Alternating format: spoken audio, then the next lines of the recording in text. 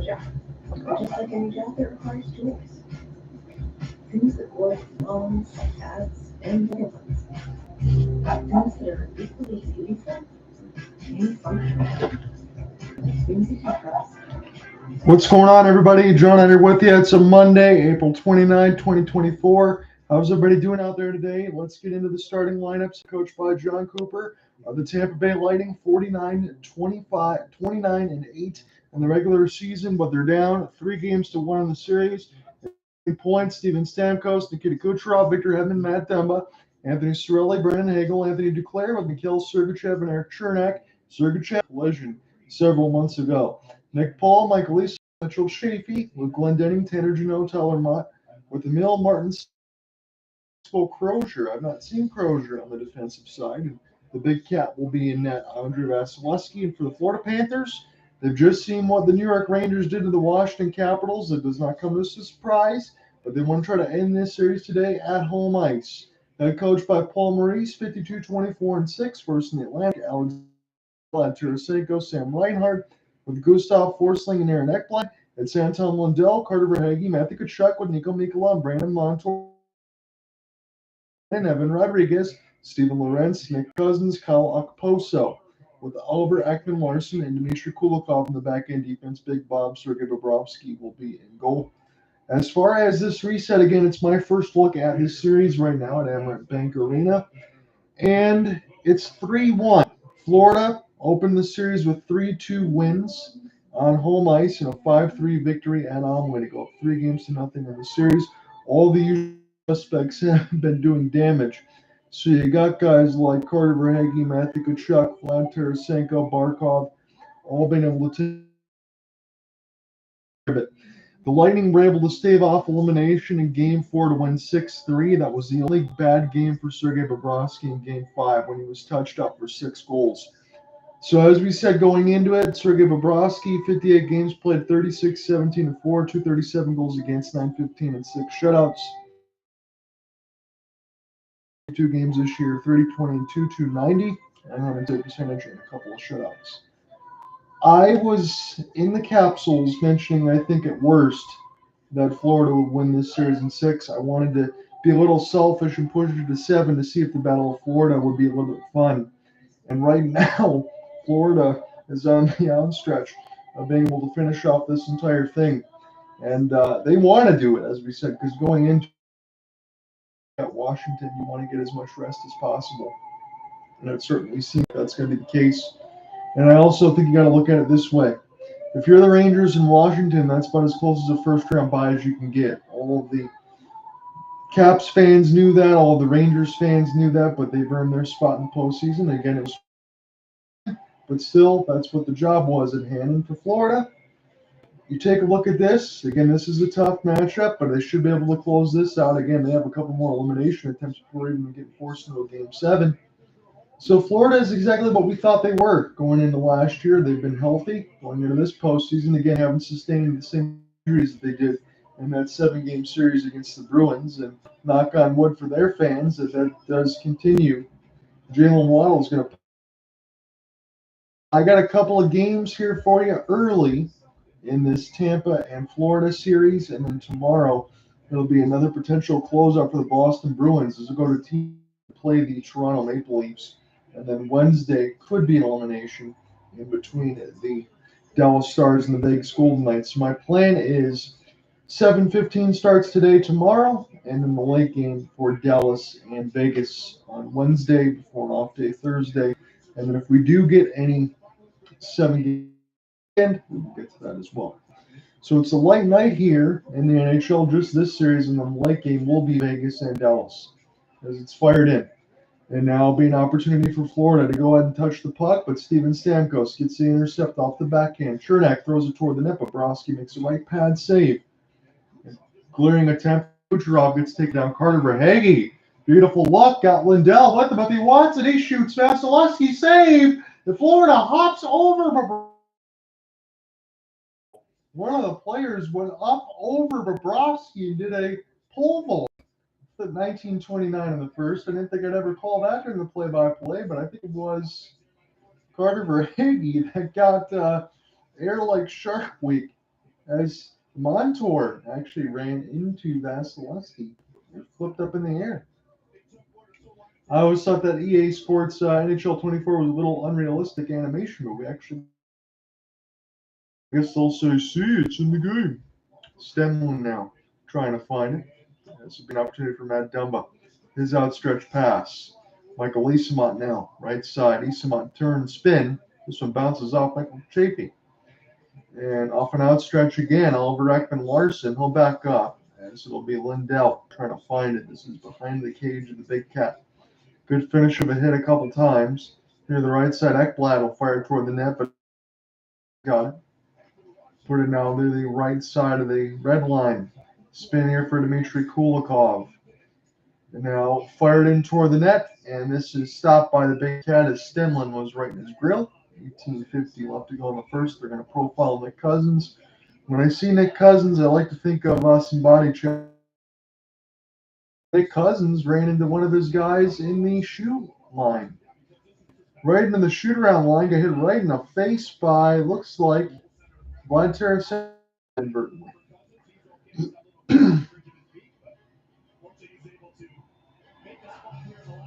So he got cut in the nose down inadvertently from Tarasenko. Florida now. And off the backhand, try to get this one. Mikhail sends it across. So going near the right side boards now. Barkov trying to make something happen. So Paul Maurice already made a few changes. Lighting now. Again, they need to win this game to be able to extend this back to Amelie for Chernak. Off the long flip. Be a slow picked up by Big Bob. He's got it now. 18:24 in the first. As this showing Brayden Montour. He was just trying to get a little bit of a rest. He wasn't sure if he was taking a change. He's just taking a top seat on that bench. Shots on goal about 3-1 for Tampa right now. We're going to have the inadvertent unofficial counter on my part. Montour gets hit against the glass of the player's bench. That one hurt, but he looks no worse for wear, shaking out some of the teeth near the right side of his cheek. John Hunter with you on the call. It's going to be good to have Stanley Cup playoff coverage for the next few days. I've been on duty with the Waterford Sharks, and now that season's over, we can jump back into the Stanley Cup playoffs and give you some coverage here. So, Verhaeghe, we'll go ahead and send it in. He got around a couple of the Lightning, and one of them dropped their stick. It's loose out in front. Vasilevsky, it's behind his legs, and they'll get a whistle, and the refs say no goal here. Again, there was bodies everywhere inside the crease. We're already starting with Johnny Poole, and Tkachuk is in the middle. And Victor Hedman. Again, I'm interested to see when we get another look at this, exactly how it happened. So Kucherov gets pasted. Verhaeghe tried to send it out in front. He flubbed on it for a moment. Vasilevsky made about 3 saves as this was in between his legs, and then the ref finally blew it. All sorts of traffic, and Chuck Lindell with multiple pokes at it, and players like Stamkos and Hedman, everybody just bolting at that goal line to make sure that the puck didn't go in. And Tkachuk like a bowling ball in between Matt Dumba, Stamkos, Vasilevsky, everybody. Victor Hedman. That's not in the first. This will be an offensive zone draw loss here for Florida. Off the long flip. This is going to work out. Cirelli takes a shot, and now the net gets knocked off again inadvertently by Kulikov as he couldn't stop himself. He had too much speed as Chafee was in the way. 3-1 as the shots on goal. Now that's what they're showing in Florida, so that's going to be up that 3-2 after that last shot. Very interested to see what happens in this game.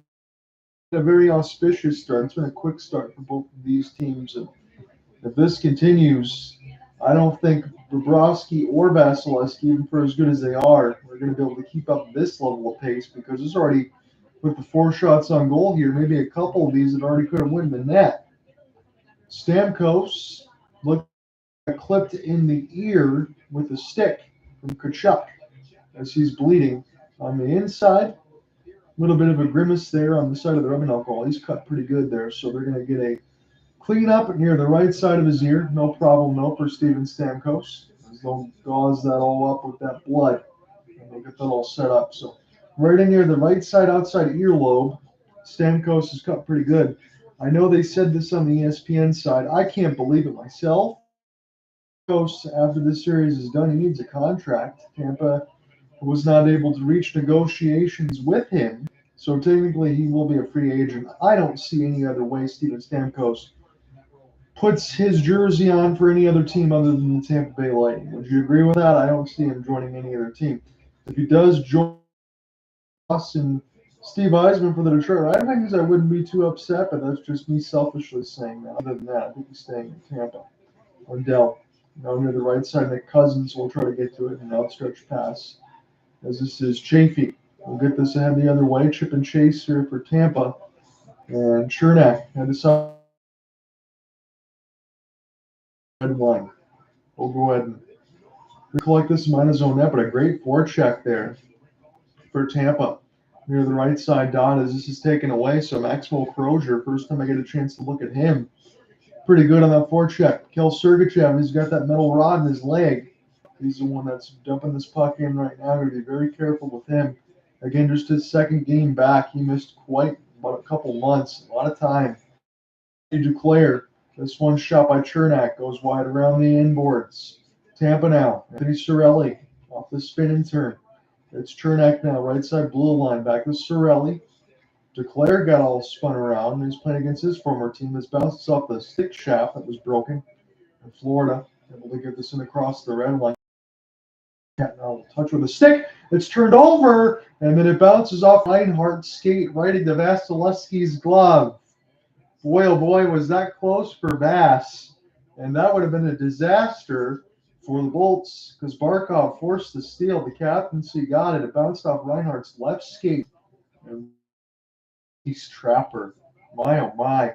1642 up in the first, 1,848 regular season games coached, most all the time without a Stanley Cup. I have to think for Paul Maurice that was going to change. It could have changed last year if the Panthers were healthy against the Golden Knights, but they lost in 5. This is find it though, and this is bounced to the right side. Kucherov gets a steal. Nick Paul was out there for a moment, and now Ekblad offsides. Tampa touches with point. 16:30 in the first. John Underwood, yeah, it's a solo call for me today. I don't know if it's going to be a solo call tomorrow or maybe Wednesday. That's my plan for Tuesday and Wednesday because we got Leafs Bruins about 7:15 and then the late game, which was TBD right now as far as time. That's probably about 9:30 when you go back to Dallas on that side for Wednesday. So I'll let you know once that actually becomes apparent. We should know tomorrow. Again, Lindell and point. This Lindell jumped too quickly. I thought it was a really nice gesture for John Cooper, even in the loss in the other game, to mention Bob Cole for Hockey Night in Canada. We lost one of the great announcers here in hockey. He died at 90 years of age. One of the voices that we all pretty much grew up with if you followed any coverage on CBC on Saturday nights. As this is flipped in. Forsling, we'll go ahead and find it again. Forsling is about a plus 50 in the regular season. He's been absolutely astronomically good on defense. Verhaeghe off the outstretch, and this is too far for Hedman. Ekblad joining on the fun. Verhaeghe gets the steal near the right side and fired in deep. Again, as we mentioned, this has not changed for Paul Maurice over the last couple of years in the Florida Panthers. They love to make that work happen behind the net, force pressure on the forecheck, and when they do that, they're very difficult to deal with. They're a rough and tumble physical team, the Florida Panthers. Oh, no, by the way, they can also score a ton of goals and make your life miserable because they have excellent goaltending and defense. Bounced off of the referee. Isama was down to one knee in the camera angle that I saw. I don't think that we're going to get any penalties, though. So the only other game is Game 4 today in Dallas and Vegas. That one's at T-Mobile. Dallas trying to even the series at 2-2. It was a nasty goal to be able to be finished off of the glove down for Logan Thompson. He was able to duck down a little bit too early, and it was lifted over the shoulder for Dallas Stars and actually get that series 2-1. It was a desperate team that didn't go down 3-0 because if they did, it's probably over. So 2 minutes, and Steven Lorentz is the one that's going to go ahead and serve it. So Paul Maurice can't believe it. He's not too pleased with that, and I wouldn't be either. Those are needless penalties. And Tampa, as we mentioned going into this, has one of the best power plays in all of the NHL. Again, their best marker is at 28. It's the defensive zone draw, clears it down the ice, so good start for them. Victor Hedman, number 77, will go ahead and touch it again. They still play that old commercial with Stamkos and Hedman about getting your kids into hockey, and I always enjoy that one. Point. Spin it back. You try to find Victor. Put that pass through. Power play in this series for Tampa, 4 for 17, 23.5%. So about 5% below where they usually are. Here's Brandon Hagel. Pick up from the Blackhawks over a couple of years ago. He's been terrific. Florida. Try to get the clear now. Hagel. Nice interception. What's he going to do with it? He's stuck in between 3 Panthers. And Brayden Point will use his body to hold it off a little bit. Here's Hagel near the right side. Stamkos. Right side down. High slot Kucherov. Kucherov wants to get settled near that left dot. We'll have to go back off this touch pass and pick it up. Victor Hedman just keeps it in. Stammer now. Back to Victor. Hedman. Kucherov. Touch pass. Point. Kucherov now. Close to Hagel near the right side red line. This puck's being kept on the outside. Tampa no shots yet off the pin. This is right to Hedman high slot. Kucherov. He was in danger, and then Point took a shot that kissed the left side post almost. And now the pass from Hedman to Kucherov too far as it leaves the zone. Here's an opportunity short-handed. Reinhart between his legs. Reinhart shot. And this one stopped by the big cat. Now Point rushes the other way. He's going to need some reinforcements. Drop for Nick Paul. Sergachev now. Back to Paul. Here's Kucherov. Anthony Duclair too strong for him. Second effort on the stick chuck. Can Tampa keep it in? This is back to Florida. They'll clear it off the glass. Vasilevsky. Got to be careful about who's behind him now. Nick Paul in his own end. Lawrence is out of the box. And that Tampa power play turned away with nothing. Even get a shot. 13:30 left to go in this first. John, I'm here with you on the solo call. We're at Emirates Bank Arena. Florida up 3-1. Up the Bolts in the Battle of Florida. Remember a couple of years ago, this one went a much different way. But this Tampa team, as strong as they are, it feels like those championship windows are starting to fade away, as we've talked about. But it's going to go a long way if they can get another win today to try to extend the series only for Game 6. Lindell, high slot pass, and nobody's there. Will be an opportunity for Mikhail Sergachev. We'll take a backhanded feed off the glass. Lindell forces a steal. And this one's sent in for Bass. We'll slow it down for Chernak.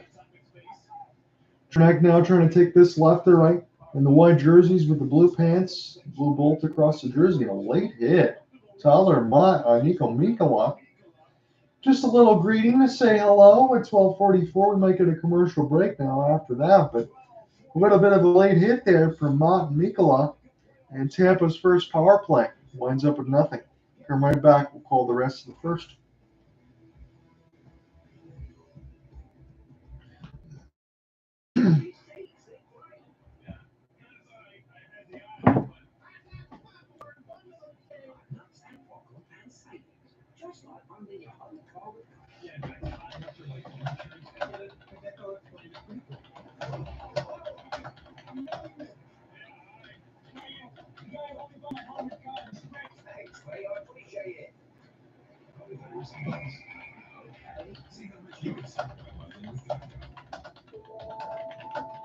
HCM is a serious heart condition, affecting as many as 1 in 200 people.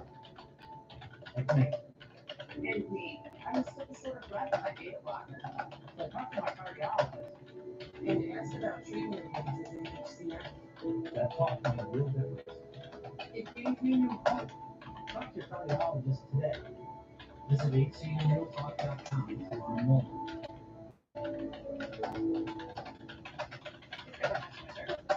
Oh, hi, Maya. You robots are sounding more human every day. Never. I don't get to talk to a human representative. All right, prove it. Wait, are you a robot? 24/7 US-based exclusiveness. No, I'm not.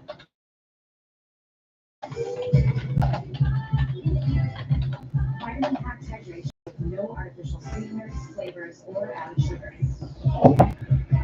Hydration for every hour. Forever.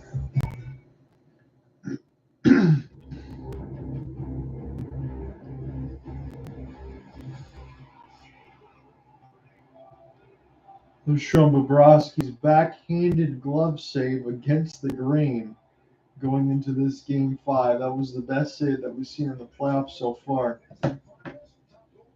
So Vezina finalists announced Connor Hall wins it, but again, his playoff numbers aren't matching what his regular of game 4 has been excellent in this series. As this one's flipped in again, he was touched up for 6 in game 4. Nothing like that in any of these other ones in the first 3.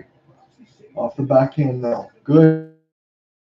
And is Tampa going to be able to go to the penalty kill here? And maybe with the tripping off the entry for Brandon Montour, we'll see what they'll call. 20 left in the first because it was all sorts of speed there for Montour. He was skating off his backhand off a give and go pass, and that was a whistle and toward the end of it. So Bobrovsky in this series, 3-1, 321 against 874 save percentage. Again, because he was touched up for 6 in game 4. Otherwise, those numbers would look a lot better than they are. He's been strong. So neutral zone draw, but again, we will do this one more time. That has given me flashbacks from covering the Waterford Sharks and Muskegon Voyagers, and we did the draw about 27 times. We've already had 3 redos. So one more of these to go. On the neutral zone is Evan Rodriguez will win it. Florida sends it in. Pass. Lilleberg gets taken away with the puck. Right side, Isamont pinched by OEL. OEL spin and turn, gets the steal. Florida, easy to gain the red line there, fires it in. Good finish of a body check, Lilleberg. Now trying to use his backhand to get it out of the zone. That Florida forecheck. They've been all over the puck. They're always unrelenting. It makes them very difficult to play against when they have a lot of skilled defensive players, skilled forwards, and a good goaltender. They really are legit, not because they made the Stanley Cup Finals last year. When he got in on the last season and then be able to get to the Stanley Cup Final, even with all the injuries, told you how good Florida was. And they were able to get a 3-1 series, even with all the injuries, beat Boston and go to the Stanley Cup Finals before they lost to Vegas. Sam Reinhart, 60 goals in the regular and postseason combined, as it's Aaron Ekman in his own end, longtime Florida Panther. He takes a C-ball, a big hit. Now Brayden Point, Chernak, Dumba, Hedman, play crisscross. Dumba now, as Bobrovsky gets run into by Ekblad, but he pops up back to his feet. Now to the right side, Reinhart. Now by Brayden. Picked up now for Dumba. Not a big Victor Hedman. You can always tell when he's on the ice, but not right now because he's taking a change. Slowly gets to the door as Tampa only has 1 shot on goal in this game, and a penalty hand is in the air. And it looks like Florida,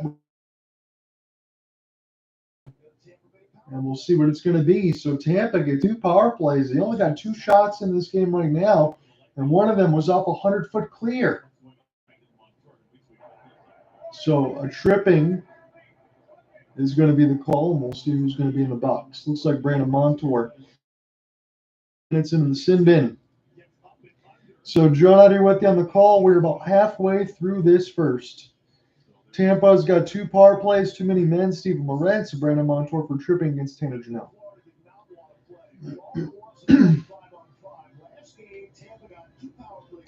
Bobrovsky's only had to go 2 out of 2 out of saves, and the big cat 5 out of 5. So not a lot of activity on the shot board. Too much of yet. We'll see if that continues. So for Tampa personnel on the ice, Stamkos, Hagel, Hedman, Point, and Kucherov. And on this power play, it's their top unit. Trying to see if they can go 1 for 2 to get the lead into this game and do game 5, and they really need it because they're down 3-1 in the series. They did win game 4 to stave off elimination, but they're going to have to win a couple more to force game 7. Brayden Point, spin. Having on the left side, and good defense here for Florida, and they'll easily get this past Victor Hedman and send it down the ice. 10-10 thereabouts. Left to go in the first. Watching this one on the ESPN feed. Hedman lost it. As now Point has to go back and pick it up, and that'll kill precious seconds off the Tampa man advantage. About buck 15 left to go as we're past the halfway point. This one sent in. Bobrovsky slows it down, and this will be catapulted off the glass. 2-on-3. To Luster-Reinen. As it now, we'll take the wrister. This one goes wide and off the inboards at Emmer Bank Arena. Hedman now for Hagel. Hagel with a slow fifth, and it's the captaincy and Steven Stamkos, number 91. As the rest of John Cooper's squad takes a change, now Mikhail Sergachev, Tampa being very calculated on this power play. They really need to get up the ice here. Sergachev found the game the right side line. Declare had to make a quick pass. It was a bullet to Stamkos near the right point. Declare, slapper. This one goes wide. Isamont trying to throw that body. This is spun around the inboards now. Anthony Declare, first to it. Former Panther. Kind of wonder how he's feeling on the other side. Barkov. Full steam engine ahead as he'll get this. Sergachev will steal it, but he gets it out of the zone. Michael Isamont now. Isamont. Wait for Declare far off the right boards. Declare. Gets it back to Mikey Isamont. Chernak. The Sergachev, but he's in a phone booth. This one goes off sides. And man, Florida had two players on Chernak as Sergachev went and threw him that pass. Very fortunate that it wasn't a breakaway the other way. Not a smart. Blame that on rust, considering how much time he's missed. So 2 seconds on the Tampa power play. It looks like they're going to go for 2. And John Cooper, a little nonchalant in his looks right now. Doesn't look worried, but you would have to think with those 2 power plays, you'd like to see a shot on goal because I haven't had one. Everything else is my bad. Whatever he was pointing to. I'm not sure what he was referring to. I'm not really good at reading lips. So 144 is showing Sergachev with the injuries and everything else that he dealt with a broken tibial. No shots in the power play again. 0 for 2 and no shots. As this is near the right side. Sent in. Nick Paul tried to get a stick on it. And one of the Florida Panthers gets taken down. OEL. Make a back pass. He'll get settled in his defensive responsibilities. Montour will go ahead and fire it in. Liljegren will send this one down. Lilleberg, as this is sent back in for Bass. Broken stick right in the middle of the slot, so keep in mind just in case that hits anything. Florida forces a steal, shoot it high. They were aiming for the left side stick of Bass. Now spun around off a half spin, and Tampa's got it. Chafee was open, but they'll just clear with the right leg. And now players come together. Tkachuk was all bunched up. They're not going to blow the play dead, though. He was chewing on that mouthpiece and getting punched in the face in the process. Here's a drop. Reinhart slow shot. Stick save there for the big cat near the right side. This will be Reinhart. He's going to send it in deep. Cirelli for Brendan Hagel. Near the right side as Hagel gets pinned on the boards. Forsling off the flip. Cirelli send it around the kick plate one more time. Tampa hold it in for Brayden Hagel, just able to keep the zone. Get it out of the zone though. Touch pass, high slop of Bronski, big save, scores! Tampa on the 3rd rebound, gets the lead. 7 minutes left to go in the first, and it looks like Anthony Cirelli, the first of this celebration line on a 3rd rebound. Hagel, he was getting smoked off a hit. And high slot, Declare was there. Maybe Declare got a piece of it to Cirelli off the rebound attempt. Yes, Cirelli got a stick on Bobrovsky's attempted clear. And then on the 3rd effort on the rebound, Cirelli, that's a sandpaper and grit goal, gives Tampa the lead in Game 5. That is a gorgeous effort there for Anthony Cirelli. Full marks for Brayden Hagel to absorb the hit at the right side blue line, keep the puck in, and then get it toward the net. They're going to challenge either for goaltender interference or an offsides. So Paul Maurice immediately on the iPad. This would negate any sort of momentum here for Tampa. He's got his right skate interlocked with the right hand of Sergei Bobrovsky. That could be called goaltender interference. That seems like a good challenge for Paul Maurice because it was kind of like a bear hug grab onto that leg. and maybe the glove and the leg interfere with each other that stop Bobrovsky from making the save.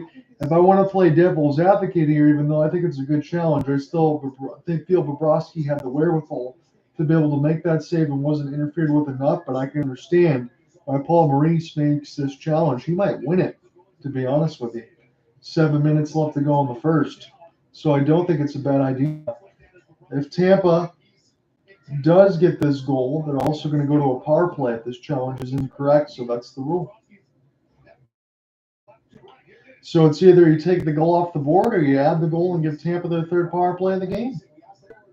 That's a pretty close call there. And with that Verhaeghe on the leg, maybe a little bit of interference, I can see why Paul Maurice makes this challenge. I think he could win it. I maybe would lean 65-35, maybe 70. But I like the challenge. I think it's a good opportunity. I think there's definite something there with the right skate between Bobrovsky and his hands. Maybe we're trying to make a save. But again, devil's advocate, the leg's wide open and the eyes are wide open to probably see him make that save. So we'll see what the call is. It's going to be a big one.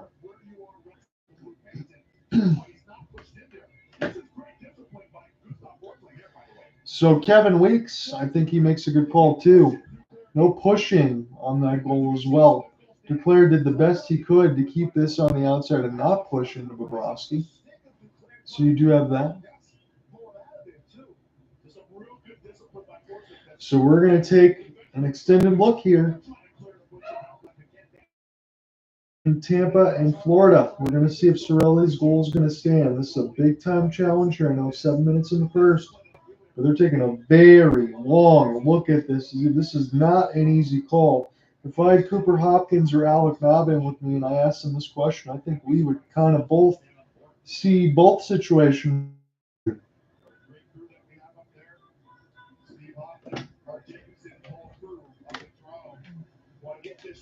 First goal is so important in this game or series for sure. I'd be surprised to see this one stay on the board. It took so long. So long review. What do we got? No goal. They're going to say that Duclair and his Sergei Bobrovsky, John Cooper, wry smile on his face. Honestly, I don't blame Cooper for that reaction. No any coaches would have that when a goal gets overturned. But again, you look at the right side, that skate brushes into Bobrovsky a couple times, and then the hands kind of interfere with it as well for Bobrovsky, and they'll say it's enough for him to stop making that save. So the effort from Cirelli, which was a beautiful one at that, gets waved off. Tampa has to start it again. And John Cooper, I can read BS there on his lips. He's not too pleased with it. But if you're Tampa, for me, looking at for Brandon Hagel and Cirelli, as John Cooper's really hot. Brandon Hagel and Cirelli here, that when this puck gets dumped in, the blue line has the wherewithal to keep it in, to get it to Cirelli and across. That was a great effort. But we're underway again after the no goal against Cirelli, so it's overturned. We're back to a scoreless game. On the second rebound as Chernak gets all tied up with one of the Panthers. The fans want a penalty on Chernak, and they're going to get the penalty against Michael Eyssimont for a little bit of extracurricular on the end of it. So a goal overturned, and now Florida to the power play in a span of about 35 seconds. We'll take my oh my. All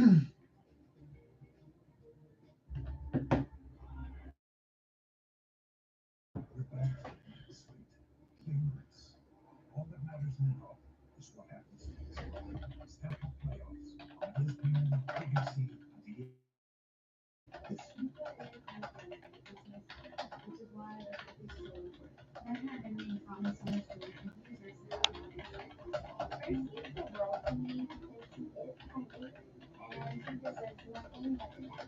Small was made with high protein preserving food ingredients that I can actually recognize.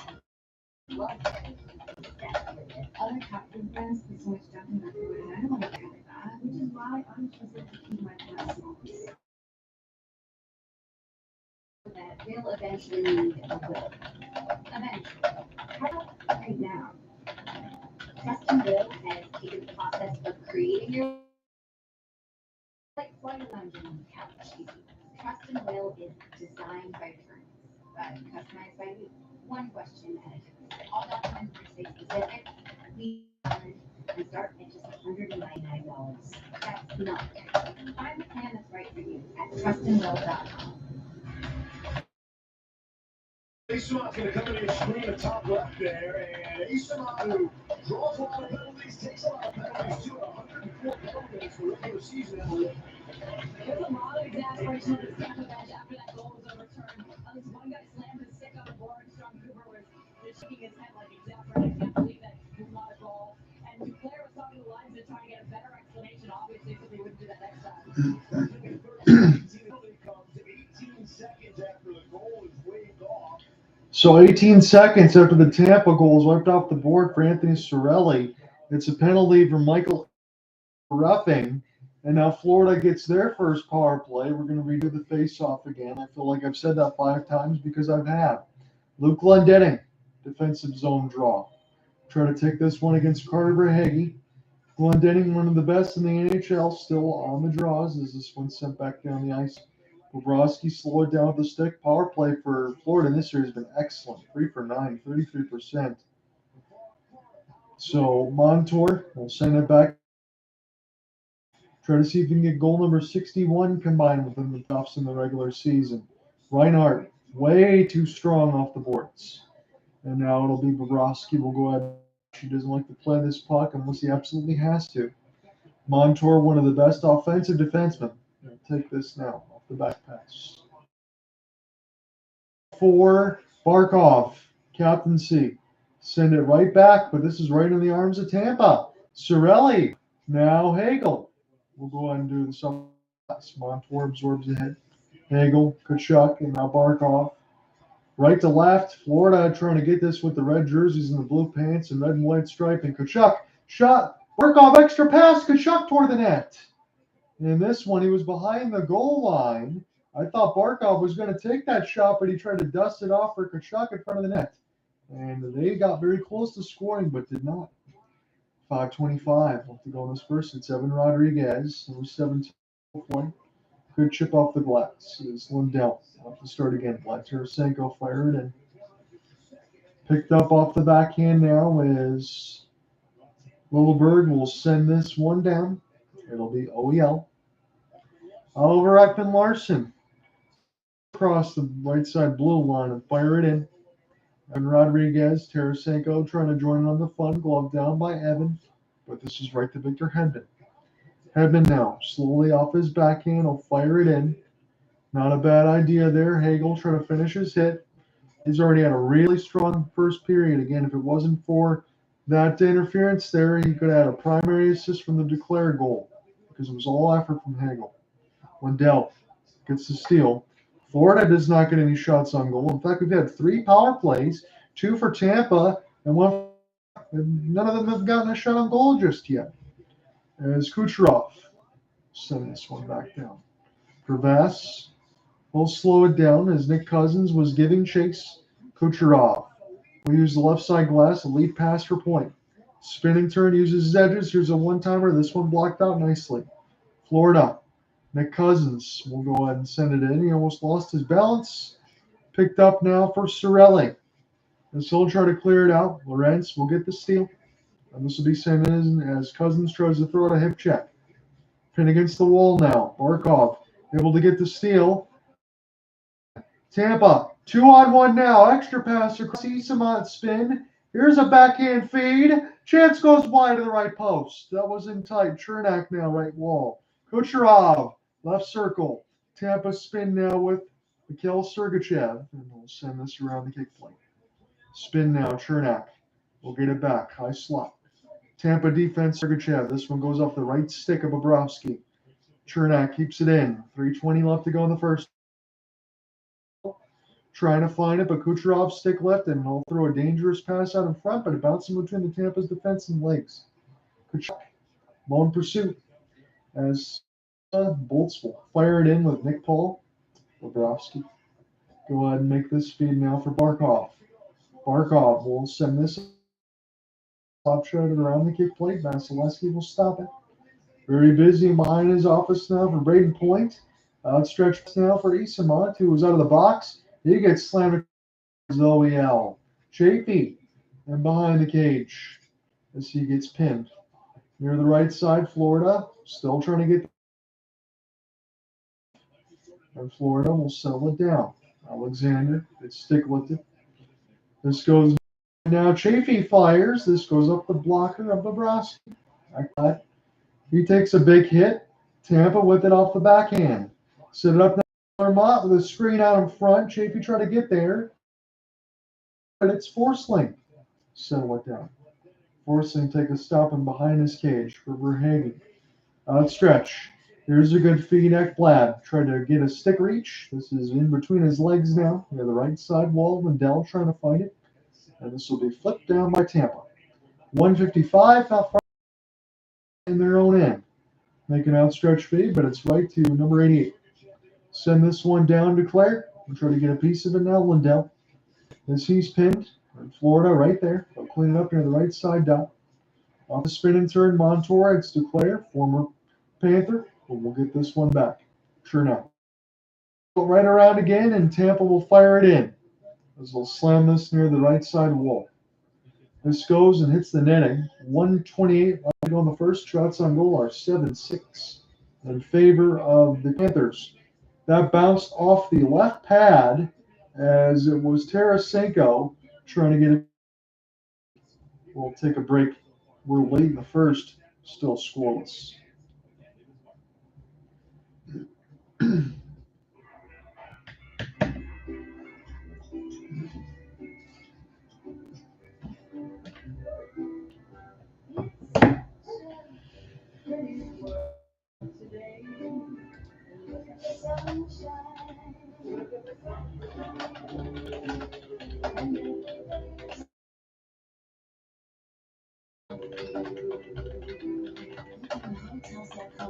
To find your perfect somewhere.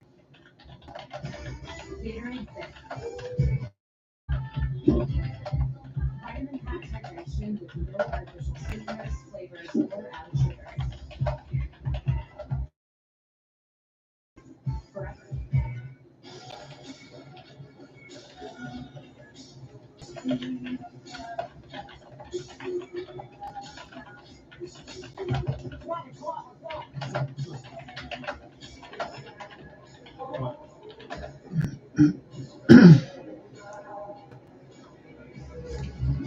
I'll give you the stat resets when we get to the end of the first. We're only a couple minutes away from that right now. We're still scoreless in between Florida and Tampa in this potential elimination game, Game 5. John under with you on the call. Florida Amerant Bank Arena in Florida.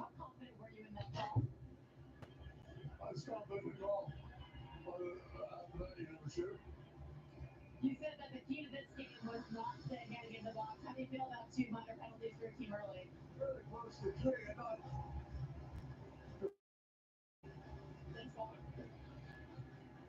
he's something, isn't he? We're coaching the NHL for 26 seasons. Defensive zone draw. Got about $1.25 left to go in the first. Very short answers for Emily Kaplan and Paul Maurice. There really isn't anything I could share for you, but she really enjoyed the interview nonetheless. Emily Kaplan is one of the best that they have on ESPN side, so glad that she's covered. Be able to give us all the scoops when we can get them. As Kucherov. Here is Luster-Reinen off the drop, trying to find cutting Carter Verhaeghe, but good defensive pressure there for Tampa on their own end. Victor Hedman, really good flip down the ice. And it's Gustav. 50 seconds left to go in this scoreless first. And between the Bolts and the Panthers here, this is Game 5, and Tampa's got to win this to get to a Game 6 back to Amalie Arena.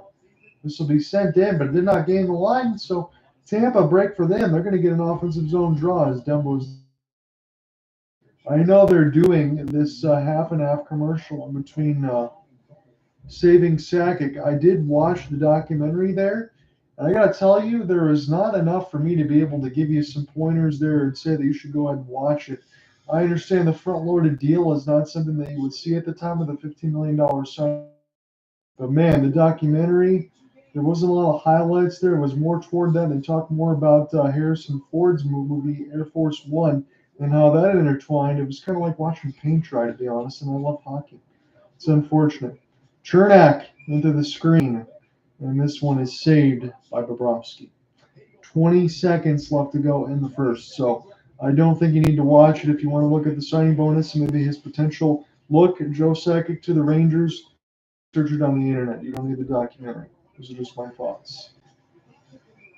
So Chernak, one more shot in from the point off of flipping one. Hagel was there trying to provide a screen. I think Brayden Hagel has been the best Tampa Bay Lightning player in this first.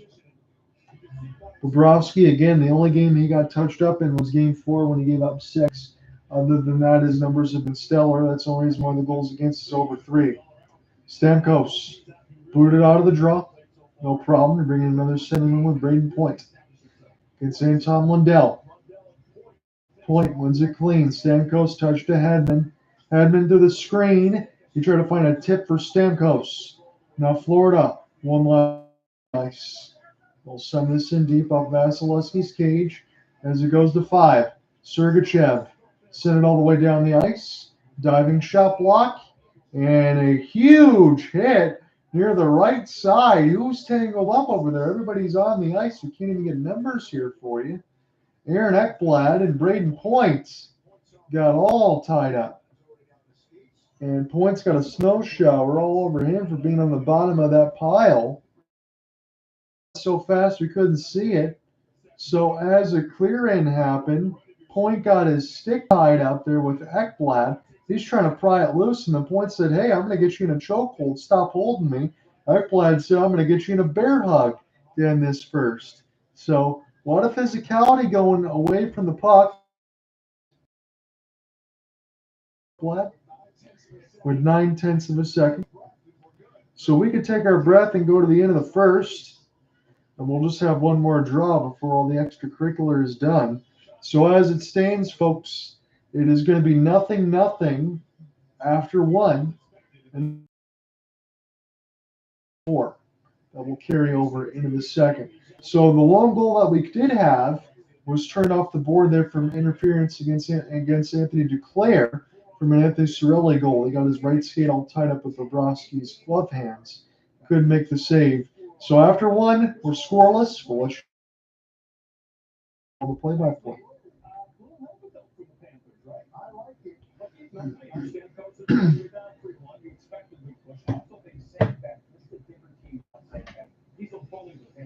Yeah, they're losing them, and they're missing them right now. And I think that Tampa had to come out and set the tone they did. I know they didn't get a goal. 2 kills for the Florida Panthers, but Tampa, I mean, they've been initiating, and they're going to have to. Florida's going to raise their intensity level. I'm John Kucherov. This is first intermission report. We'll talk about should that have been a goal or not. PK will take this away and no wishy-washy.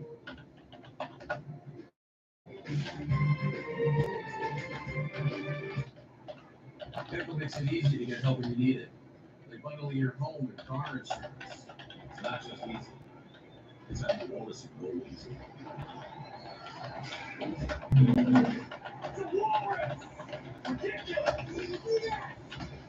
So let's give you the shots on goal and everything else, the particulars. We have 3 tabs that say videos on this Teamcast, so it looks like they're going to have some work to do. Get that all fixed up on the ESPN side. So shots on goal after 1 are 7-7. Hits, if I could speak right now, 26-17 in favor of the Panthers. Face-offs, 10-9 for Tampa. Power play, again, 0 for 2 for Tampa, 0 for 1 for Florida. Now we got an offsetting there, but no shots on goal in either of those.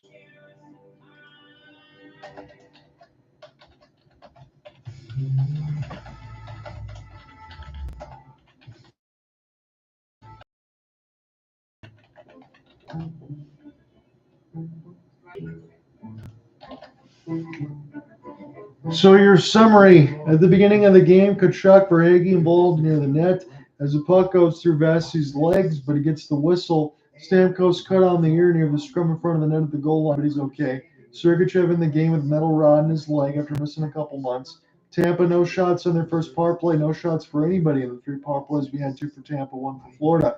Sorelli got a great goal on his second after Hagel made a great individual effort absorbing a hit near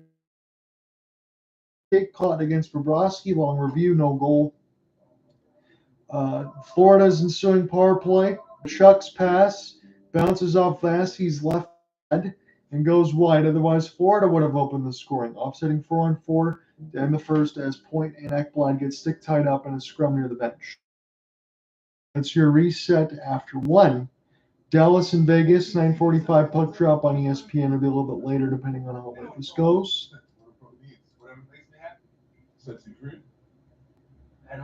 The only game that is underway right now, we got 2 other in the association, just 1 in the NHL. But Boston has a 29-18 lead over Miami.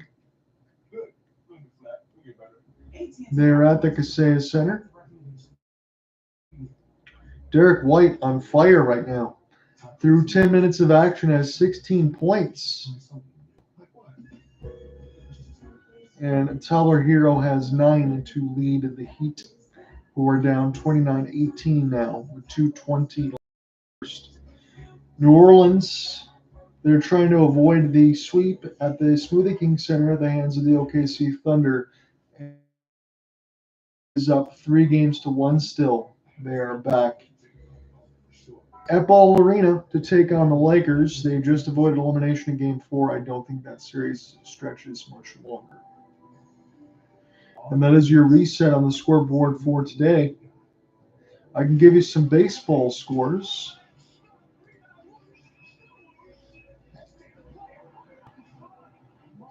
Tigers game was rained out at Comerica against the Cards. Tigers 16-12, 6-8 at home. Better road record than they have at home. They're going to play a doubleheader tomorrow.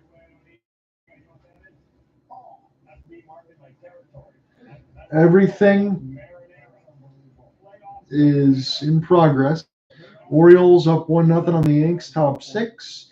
Nationals, Marlins, top 6 as well. Nats got a 3-0 lead on the Marlins. Marlins are 6 here, 2-14 at home. If you follow Draftneck Mark on YouTube, he nailed that one. He said the Marlins are going to stink this year. Didn't think they're going to be this bad. My goodness. The Jays are 14-15, and not a good start for them. The Royals are pretty good this year, 17-12. Just 5-7 on the road. Really a front-loaded home schedule. They've been good for it. 2-2 top 3. Mets have a lead on the Cubs. Mets have rebounded quite nice after like a 0-6 start to the season almost. 14-13. They got a 1-0 lead over the Cubbies. White Sox up 2-0 on the Twins. The White Sox are 6-22. Marlins are 6-23. Phillies and Angels, that'll be a 9:38 start. 9:40 for Braves and Mariners. That should be a good one there. 2 good baseball teams. Reds and Padres, 9:40. Same thing for Dodgers, Diamondbacks. Same thing for Pirates, Athletics. Barkov looks good. We think he's going to do something. We almost had a goal.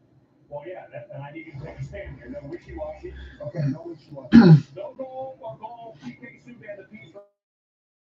I mean, I'd love to give Tampa some love here, but it's no goal for me. You can't touch the goalie here. But Brayden, he tries to cover this puck, and Matthew declares leg kind of impedes him from doing that. Actually, he touches him at least 2 or 3 times. Like, you can't touch him. You can't touch the goaltender when the puck's in the crease. You just can't do it. It's no goal.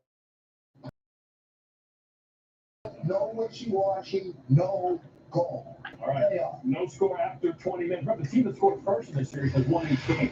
First goal is very, very, very important. Wyatt Johnson, what a beauty. He scored the first goal of the game. Again, Wyatt Johnston was the one that scored the goal in that Game 3 to avoid going down 3-0. They noticed in that series, and I watched in the TBS coverage, and again, it's something to note. Logan Thompson continues. He seems to go down a little bit early as far as the shot selection, kind of anticipating it. And Wyatt Johnston had the poise to be able to over the left shoulder of Logan Thompson, as Dallas now 2-1 in the series now on T-Mobile. They win both these games and go back to America. There you go. All of a sudden, things get a little interesting for Dallas fans. I think they are biting their nails because both series, 2-2 between Dallas and Clippers, and now have a 2-2 in between Vegas and the Stars. If they can get the win today. Sorry. Outdoor time. I hear that. Well, we protect all your vehicles here, but hey, sticking it to the boss. Oh, well, you're gonna take that? Why would that concern me? Because you're the. Aren't you? Huh. We never actually discussed hierarchy. Okay, why don't we just stick to letting Dave know how much he can save when he bundles his home or auto with his boat or RV? Wait, I thought Jimmy was boss.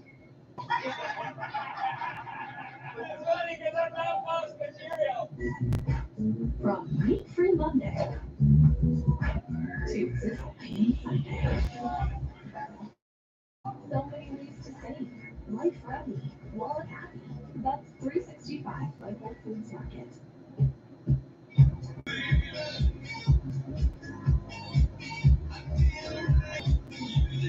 Great brands, great pricing. It's love at first sight. With Haagen Dazs. Vanilla milk chocolate almond bar. That stuff is. Think you could get rid of the mice? Oh, you betcha, bud. Got mice? Don't call any bro. Call the Orkin bro. Orkin, the best in pests. Thanks last year. Visible. A wireless company with nothing to hide. Get unlimited 5G data powered by Verizon for $25 a month every month. Sorry, hidden fees. Sometimes the choice is just visible. Switch today at visible.com.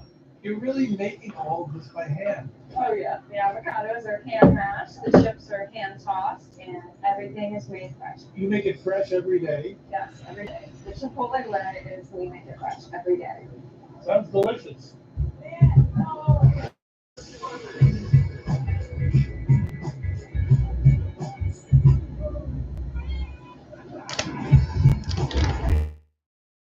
Everybody better with Pepsi.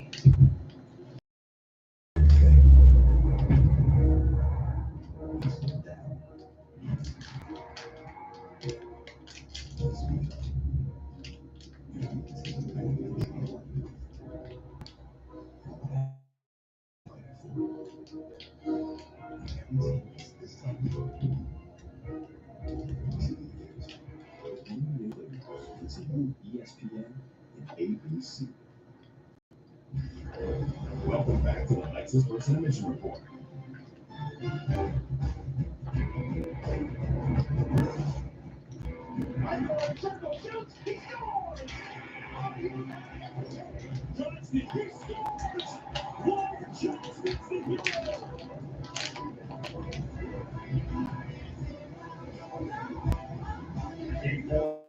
Tonight, gonna happen just like that big 8-year extension, 7.3 AAV. Oh, it's a suit double breasty. Wraps his body tight like that. That's how it's supposed to fit. Look at that. That's a National Hockey League suit. That's what I'd like to see. Careful, boys. Here's inside the series. Jack, I don't know yet like Kucherov, but 4-6 against Dallas. The Knights won 2 games. The rookie won every game of the playoffs. Wyatt Johnson turns 21 on May the 14th. That's the day after DJ turns 35. He is with me. Wyatt and Game 3, Logan Thompson almost just stole it, but when your teammate Tyler Seguin was out, the Stars solved him, he said, Wyatt Johnston.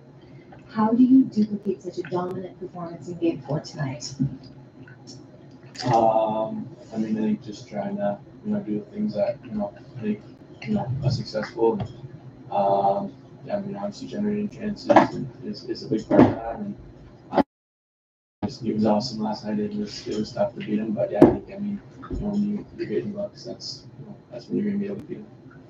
Our head coach, Pete DeBoer, was very complimentary. I think he said, and this kid can't even get into the casino yet because he's not 21. That's coming up May 14th, I believe, if I'm correct here.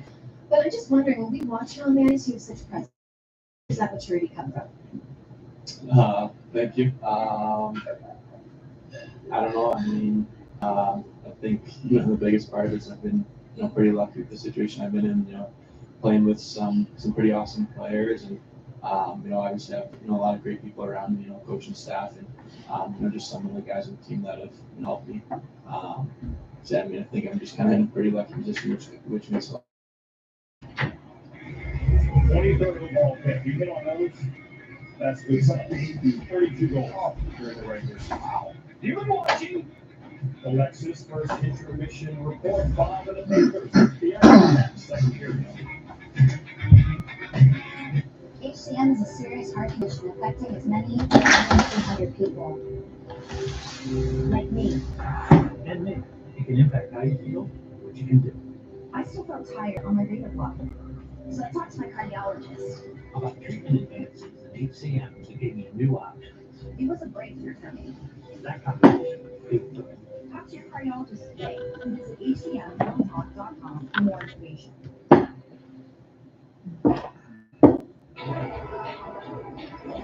I'm going to keep this window open just for a little bit. If it gets too loud or it starts to rain or whatever else, I'll close it as far as the play-by-play side so I don't fumigate myself in here because it is summertime and it's starting to warm up.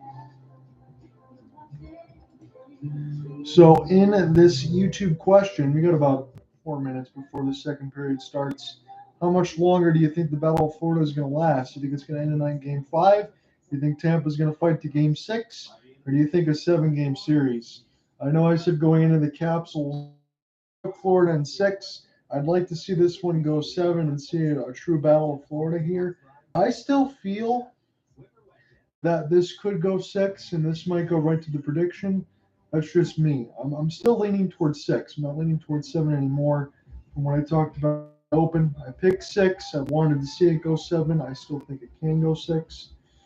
The opening goal of the game was scored by Anthony Cirelli, but Duclair in the crease wipes out Cirelli's goal as the right skate gets involved with Vasilevsky's gloves. That's why we're still scoreless after 1. John, I'm here with you on the solo play-by-play call. I should be here for tomorrow. Start for the Leafs and the Bruins. Now all of a sudden they say Austin Matthews TBD for game. Yikes for the Leafs. I think if that ends up happening and the Bruins end up taking the series, I think I probably will stick around 5 to 10 minutes in the post game. I think honestly we have to have a conversation about, and I hope Alec Nava, Cooper Hawkins is there for that one. I know Alec covered the game of that series already with the Leafs, but I think we might have to have a serious conversation again about what the future holds for this Leafs team, because I think both of us had talked about what it would be like to bring back Matthews, Marner, Nylander, Tavares, Morgan, Riley, part of that core 4. Understanding that you have all that money tied up in them, and also understanding that because of the situation that brings, you can't make a lot of changes. Go ahead and you win a round last year, and you get smacked by Florida, but you do win a round. It gets you punch drunk after beating Tampa last year that maybe we can go ahead and do this and bring it back. Well, changes should have been made 3 or 4 years ago. We talked about that openly, and that hasn't happened. And now I really don't see how you can bring back Sheldon Keefe or anyone else like that. You can't have these comments where you said it's not an effort issue, we're trying hard, and then Morgan Riley goes, it's an effort issue. Clearly, guys aren't on the same page. Can't have Mitch Marner throwing his gloves like a baby. Does not look good. It seems like nobody's on the same page. And I'd also, Sheldon Keefe's got to go. I also think Brendan Shanahan's got to go. And I would easily consider going to take a loss on this. For you to keep Austin Matthews and Morgan Riley, that's probably where I lean, because you got to have a defensive linchpin and a forward. But you got to get rid of Marner. You got to do something. It's either Nylander or Marner's going to go. Unless you really want to get rid of Matthews, but I don't see that happening because somebody's got to put the puck in the net. Changes got to be made, and we'll see what they'll do. We'll talk more about that tomorrow as well, if they get eliminated.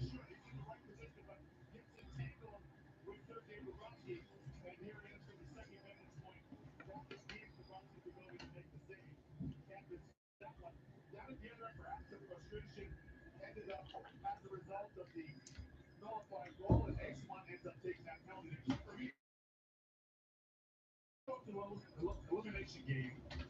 It's still 0-0. Yeah, you don't have to force it. Stay in the course, stay within your game plan.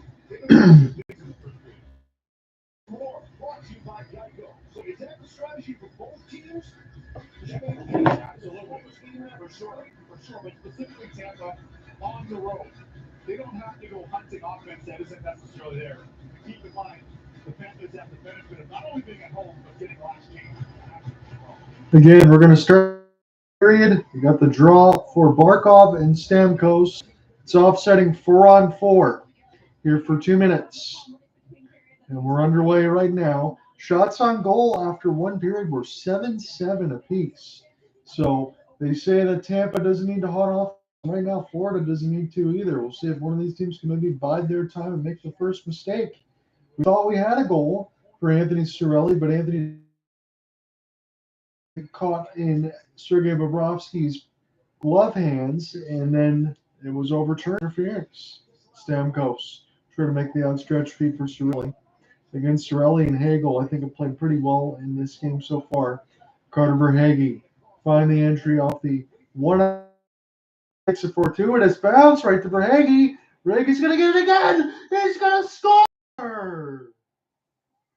Carter Verhaeghe, look what I found. And Florida's got the lead. That is a nightmare start in the second period for the Tampa Bay Lightning. A little innocent 1-on-3 entry. Carter Verhaeghe was the one. He'll make this drop pass. It bounces. Barkov sets it up. He gets his first shot. Verhaeghe beats Chernak to it. He beats Hedman to it. He gets his own rebound and scores. Almost unexcusable. I should say unexcusable. Hedman never moved. And Chernak never moved. And Verhaeghe beats essentially 4 Lightning players to the puck and scores it. I've never seen something so curious. As this is near the right side now, stick handle. Verhaeghe is 4th of the series, 4 goals in 5 games this series. He's been a killer for the Bolts. Lundell pinned against the wall. It's still 4-on-4. Here's a chance. Glove save for Vass. As this goes near the right side, Lundell still with it. Wide open! Left side stick save for Vass now. What a start for Florida with this 4-on-4 in the second period. Verhaeghe is giving him the lead. Forsling tip. This one goes wide for Reinhart. And all of a sudden now, Nick Paul, as he was stuck in a blender, Tampa's got to find their offense and get it going. Give and go. We'll take a wrister. This one gets blocked in between 3 Panthers. Kucherov gets relieved to the puck. Find the entry now is Tkachuk. Right down the middle for Montour. It partially got taken away from him, but Vasilevsky got a piece of it with the right pad. And Littleberg has it. They'll settle it down as Littleberg fires it in. He's going to get to the puck first. Florida looks a little discombobulated. It's Hagel off the spin and turn. Try to work his way behind the office of Bobrovsky. He gets sandwiched by Ekblad. This will go off the plate back to Littleberg. Send it across. Tampa. Hagel through the screen. Bobrovsky says no with the right leg.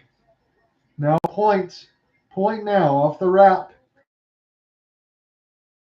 Littleberg. Slapper. This one goes wide into the left post for Hagel. Hagel gets twisted like a pretzel. Mikhail now trying to find this in between his Brayden point. As this is near the right side for Tkachuk. Tkachuk. Mikhail off the pin. Barkov trying to watch. About 17. Carter Verhaeghe has given the Panthers the lead. Chernak now. Here for Mikhail. And he's playing with that metal rod in his right leg. Bobrovsky. Make a back pass. It was a blind one, but it'll work out left to right. Ekblad Able to send this one down deep. Tanner Janot out there again for the host of picks that have been given up in the last year's side. I don't think Tampa's ever going to get the value that they want out of it. Right on in front of Bobrovsky with a fantastic save on Janot. Speaking of that, he tried to get his imprint on it. Penalty hand in the air. Back to the box. That's the last thing they need right now after Carter Verhaeghe's goal to essentially open the middle frame. 16:34 left to go in the second. Bolts go to the box. Florida has just scored on a 4-on-4. Interference is the call. So we'll see who it's going to be on. I'm looking at Crozier near the right side, and he gets a pin near the boards without the puck. Carter Verhaeghe, we're going to take a look at his goal, I believe. This will find the entry out 1-on-3, poised and patient near the right side. Barkov sets him up, middle of the circles, and then Verhaeghe follows his own rebound and snipes it home. So Florida gets their power play. It's their second. Tampa's already got two. Reinhart, Barkov, and Montour. Maybe they could ice this game, essentially, as it's Tyler Mott off a 1-on-2. Barkov's there. He's been responsible. 200-foot game. Tkachuk. Reinhart now. Let's check. He'll get it back. Reinhart cross for Barkov. Not a bad idea, but it bounced off the skate. Not a play. 16:23. We'll have to go in the second. John and I with you on the solo call. We're at Amer Bank Arena. Carter Verhaeghe has given Florida the lead. They're up 3 in this series. They're trying to eliminate the Bolts in 5. Big Cat really wasn't anything he could do on that first goal of the game. Has got to be better there. Carter Verhaeghe can't essentially beat a 1-on-4, get to the puck first and finish it. That's excusable. Cirelli try to win this defensive draw, but he can't. This is near the right point and go crisscross. Back in the high slot, gets return feed. Tkachuk out in front, try to center it for Verhaeghe. Into the neutral zone now. I think Cirelli will have it 1-on-3. Fire. This goes up off the netting, off of Montour. 15:55. Most playoff goals in Panthers history. Carter Verhaeghe +5. He's got 19. Tkachuk 14. Reinhart 14. Barkov 11. The 19 is updated with the goal tonight. So Mr. Playoffs, Carter Verhaeghe. He always gets that job done. And man, oh man. He had spent some time with the Bolts. He's found his home in South Florida. Brandon Montour now. Off of Florida's second power play. See if number 62 can get it started. And for Reinhart. He's got 60 and combined with the regular season and playoffs. Send it for Barkov now. Right bumper here for Tkachuk. Overskated. And Sergachev will start it. Wonder how much speed Sergachev has off his outstretch. We'll clear it down the ice. Bobrovsky will stop it. 45 seconds left to go. Verhaeghe. This sauce pass is a knuckle puck that gets sent back down the ice by the Bolt. Tom Lindell. Lindell now. He'll take a feed for Rodriguez. Gain the zone. Near the right bumper. Right side red line. Larson with a feed. This one gets blocked. Lindell back behind the cage for Rodriguez. Try to tip it over the shoulder of Vasilevsky. Ellis for Ryan. Now Vlad Tarasenko. OEL fake the slapper. Here's Lindell. Right pad save for Vasilevsky. As Rodriguez off the pin. It's OEL. One more time. Number 91. Get it to Tarasenko. Race for the puck, but on the edge of the shift is Chernak as OEL gets even strength. Rodriguez. Wrap around off the outside of the cage as this one goes down the ice. This will be blown dead against the Bolts, but almost a wraparound attempt to make it 2-0. As very close for Evan Rodriguez. 14:22 to get an ice.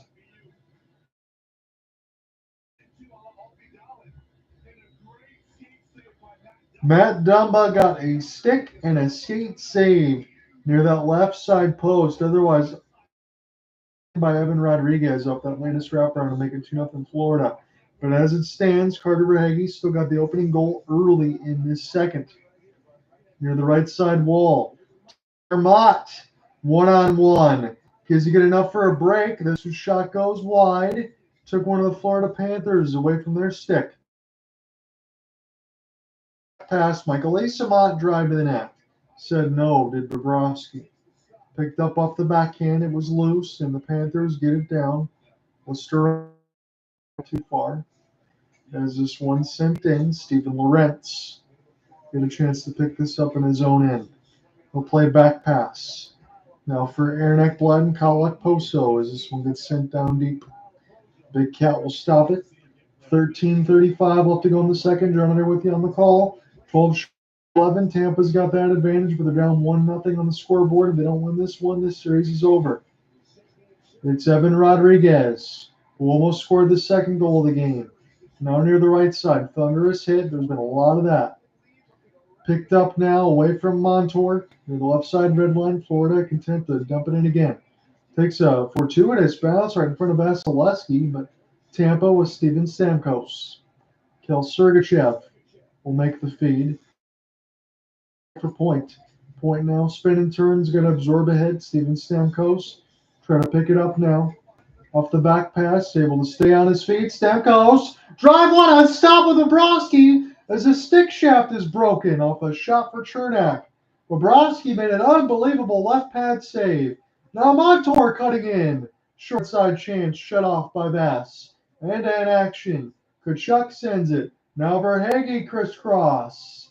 Florida takes a wrist shot. This goes in the netting, but not out of play. Verhaeghe, back feed for Tkachuk, right bumper. Tkachuk.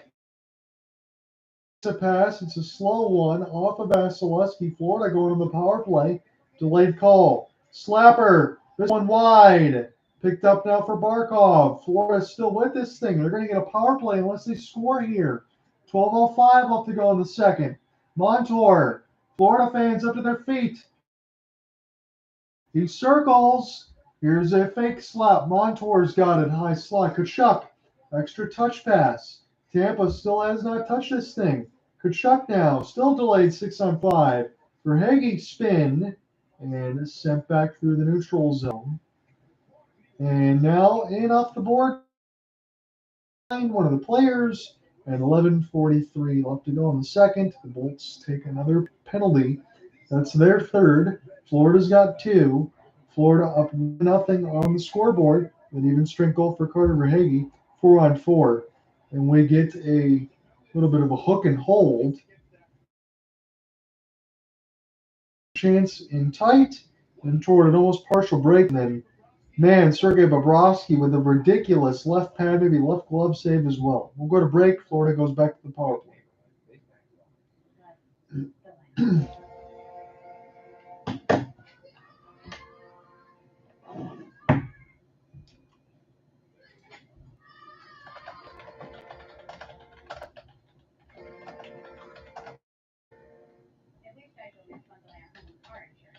We save a lot. For bundling made easy, go to tobacco.com. Introducing Domino's new New York style pizza. Made with our fresh, never frozen dough that's stretched thin and cut in sticks. Fold it, fork and knife it, or double-handed. Order Domino's New York style and decide for yourself. When you're traveling with 3 kids. Hi guys, welcome.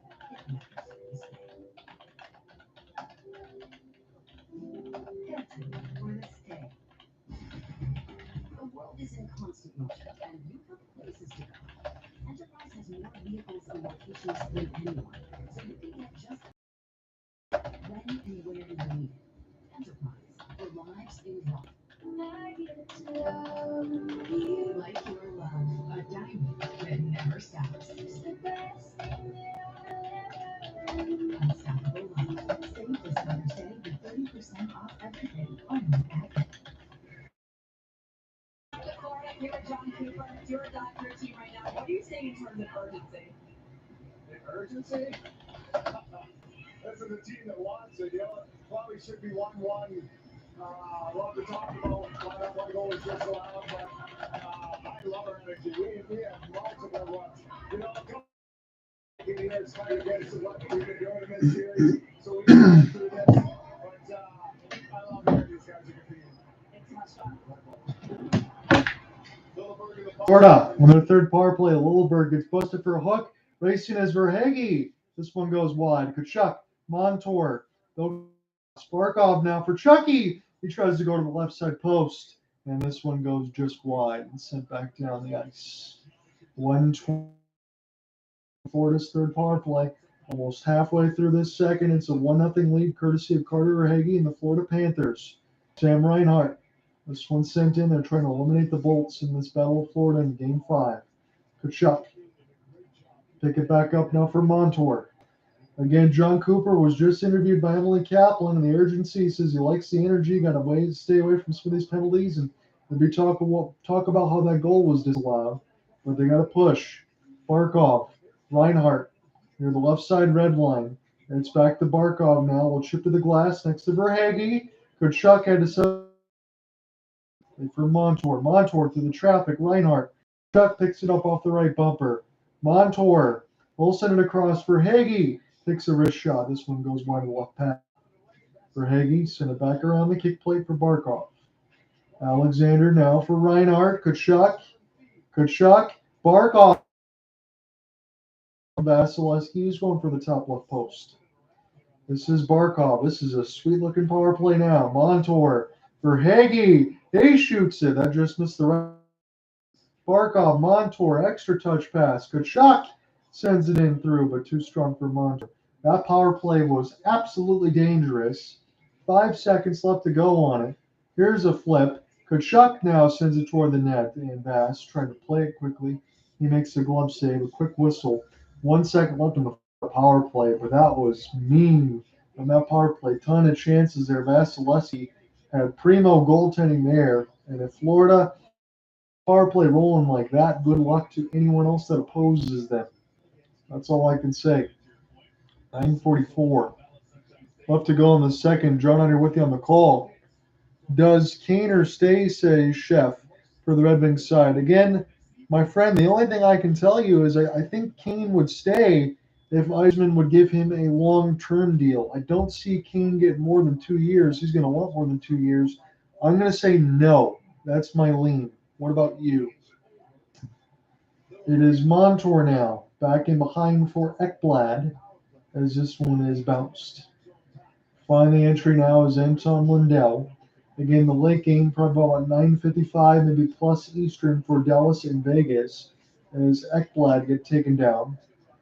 Pick for Evan Rodriguez, try to find in between escape lane. Michael Esamont, there for Paul. Esamont over himself, little Mario Kart banana peel, as this one goes wide. And right into the webbing of the catching glove for Bobrovsky off the second shot. 9:09 left to go in the second. We'll take a break.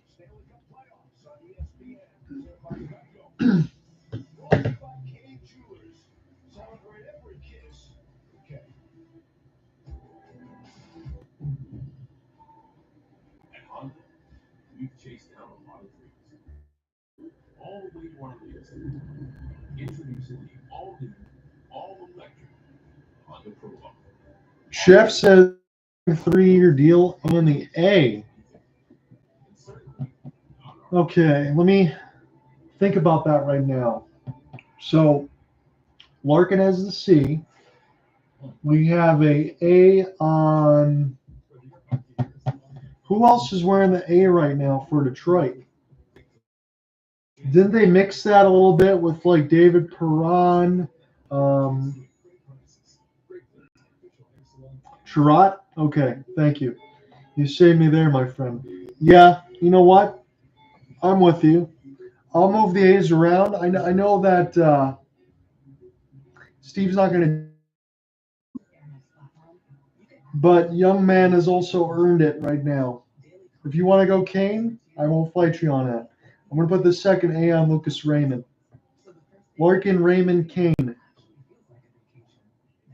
Because the way that Raymond played during that struggle bus sequence for Detroit, that's hungry, and he wants it. If Seider wants to get it, cut down on those turnovers. I'm going to go Raymond and Kane, if it is Kane. Or Mo. So again, I know you would throw Mo out there. I just want him to cut out a little bit of turnovers there. I know he plays top-line minutes. I don't want to be disingenuous because I think Mo's a good defenseman. If the Red Wings were great, Maybe Mo has a top 4 role. He's never going down to the top 4 stacked on defense. I could see Mo in a top 4 if he continues to struggle a little bit with turnovers.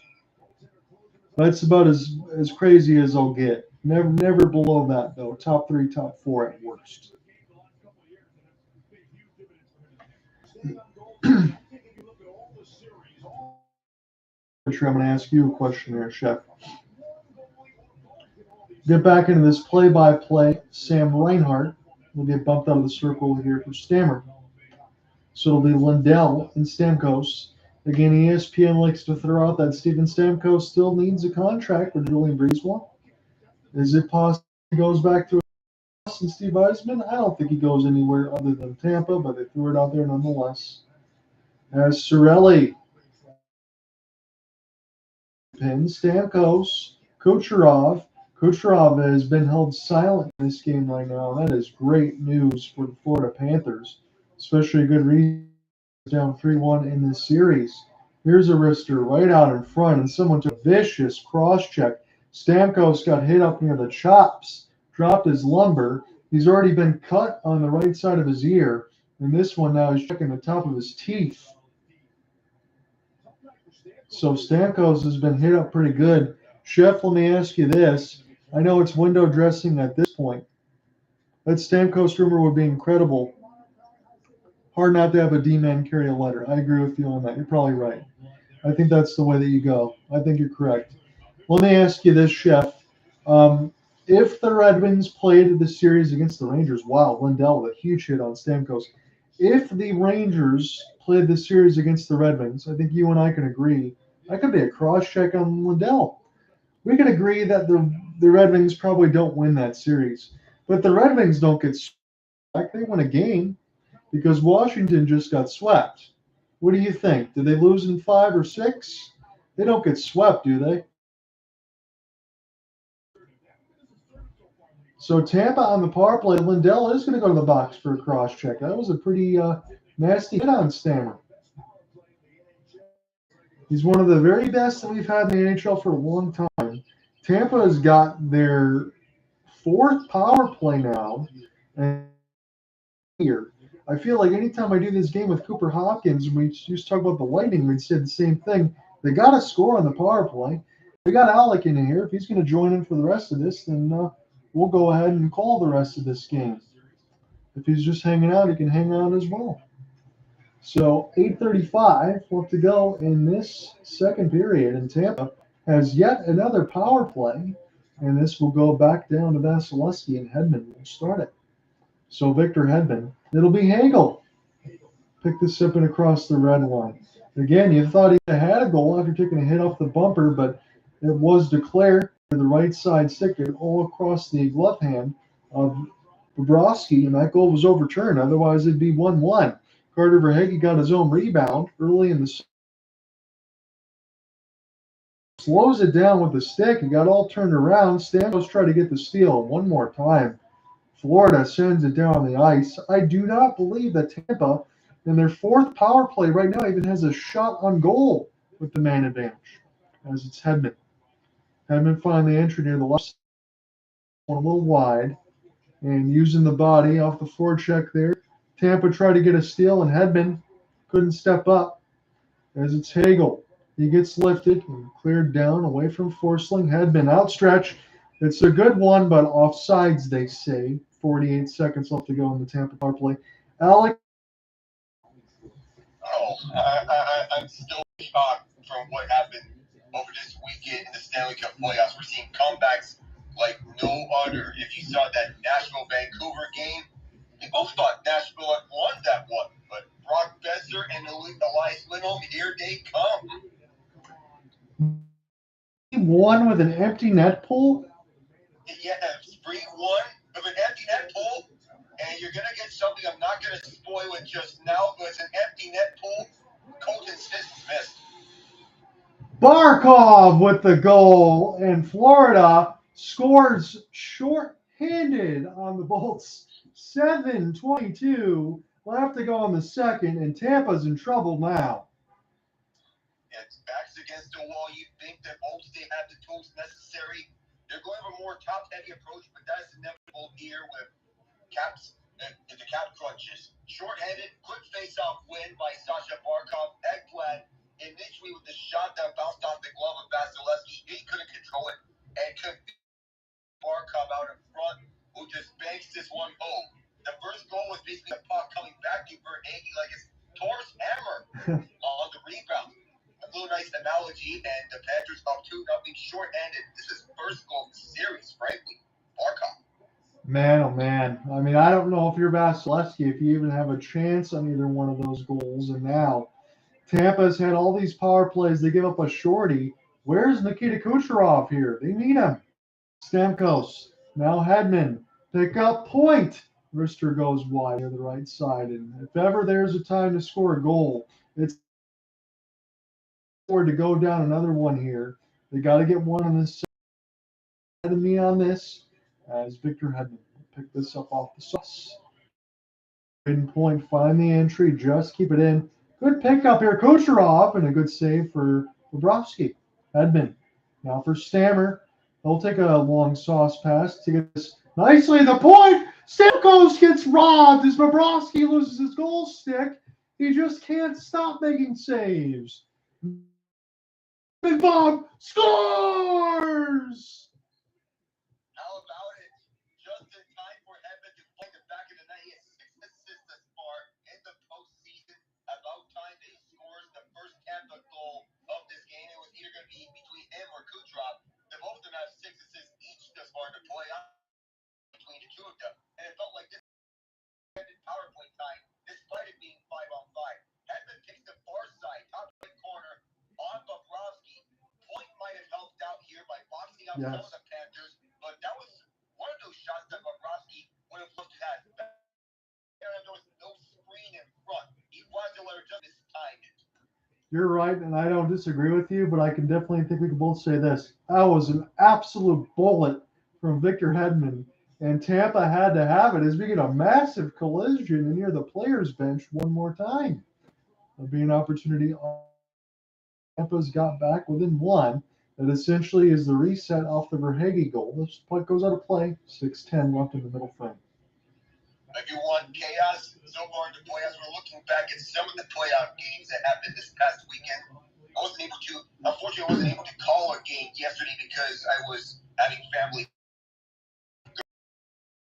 If there was a game that I was wanting to call, it was that Canucks Preds game, especially with Archer Shelops, the first string netminder for the Canucks there. Yeah, how do they feel now if you're Rick Tocchet and squad? Because, again, he played a great game, didn't he? Yeah, you feel like you have a confidence boost now, especially with this Smith coming back in Game 5. Big wrister, as this one is stopped by Bobrovsky. And now all of a sudden it seems like Tampa, I wouldn't say have woken from their slumber, but they're getting the measure of the moment right now. Sergachev, as this goes in near the side. This is off the slap shot, and another gigantic hit sends Lindell falling like a bowling pin. And this one goes back down the top of the goal stick. Off the outstretch. Sergachev's pass off sides. 5:24 in the second. I wonder how Anthony Duclair is feeling because he's now on the other side of the battle of Florida. He's played for the Panthers in the last few years. Now he's on the Bolts, so it feels like a little awkwardness facing his former team. I would have to say that your hotel room and your locker room and everything else is not that far apart from where you were over the last few years. Hopefully so, based on what just happened. You got traded to the Sharks, cleared up room for Evan Rodriguez. Now you face your former team in your first playoff series back here in the state of Florida. Again, I was able to watch a little bit of it the other night, but the youngster for the Dallas, Wyatt Johnston, he was able to catch Logan Thompson, who I noticed late in that game would go down early to the butterfly. He roofed that thing in overtime and gave Dallas a chance to get back in this series. The late in Game 4 today, how do we see that one? Has a good chance of evening this up. Wyatt Johnston absolutely has that because there was a small hole up front. This was a game they need to win in Game 3, and they capitalized on the most of it. We could 40 in front of our very eyes with Johnston on the Stars team. Elvis Jamie Benn and Logan Stankoven. This is a line that could be funny.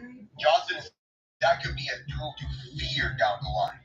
And that was a late pick for Jim Nill. It was in the high 20s, 25th, 28th, somewhere around there.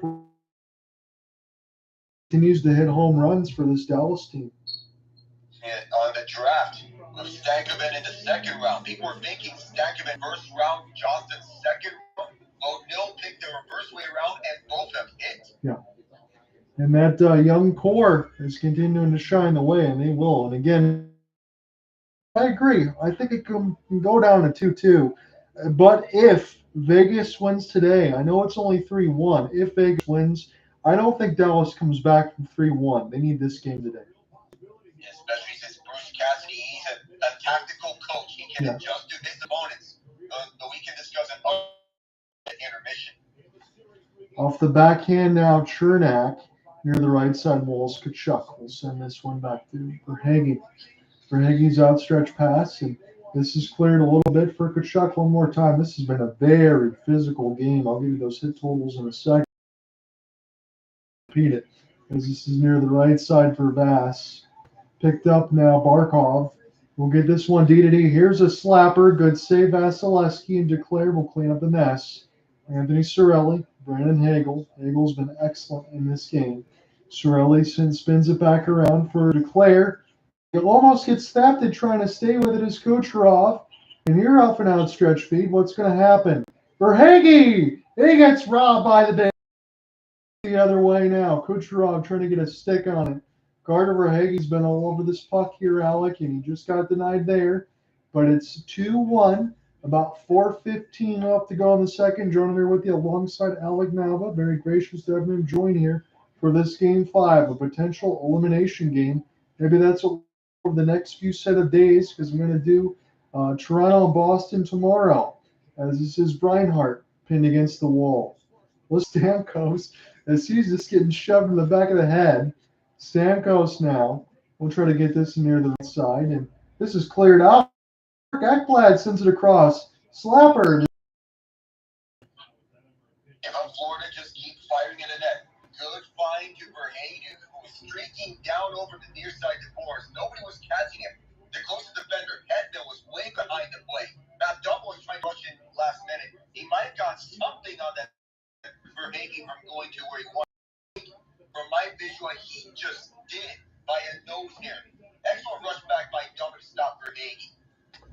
I'm going to tell you, Alec, no exaggeration here. I'm looking at the ESPN counter on the hit board. 40 for Florida, 30 for Tampa, a cool 70 hits. We could be seeing another one of those games that could go up to 100 hits. We have several of those here so far in the playoffs. The first game of Boston and Toronto, which I covered while you were doing your work with the Waterford Sharks. In the meantime, I filled in for you. So it is ever so physical. The playoffs are where everything gets more physical.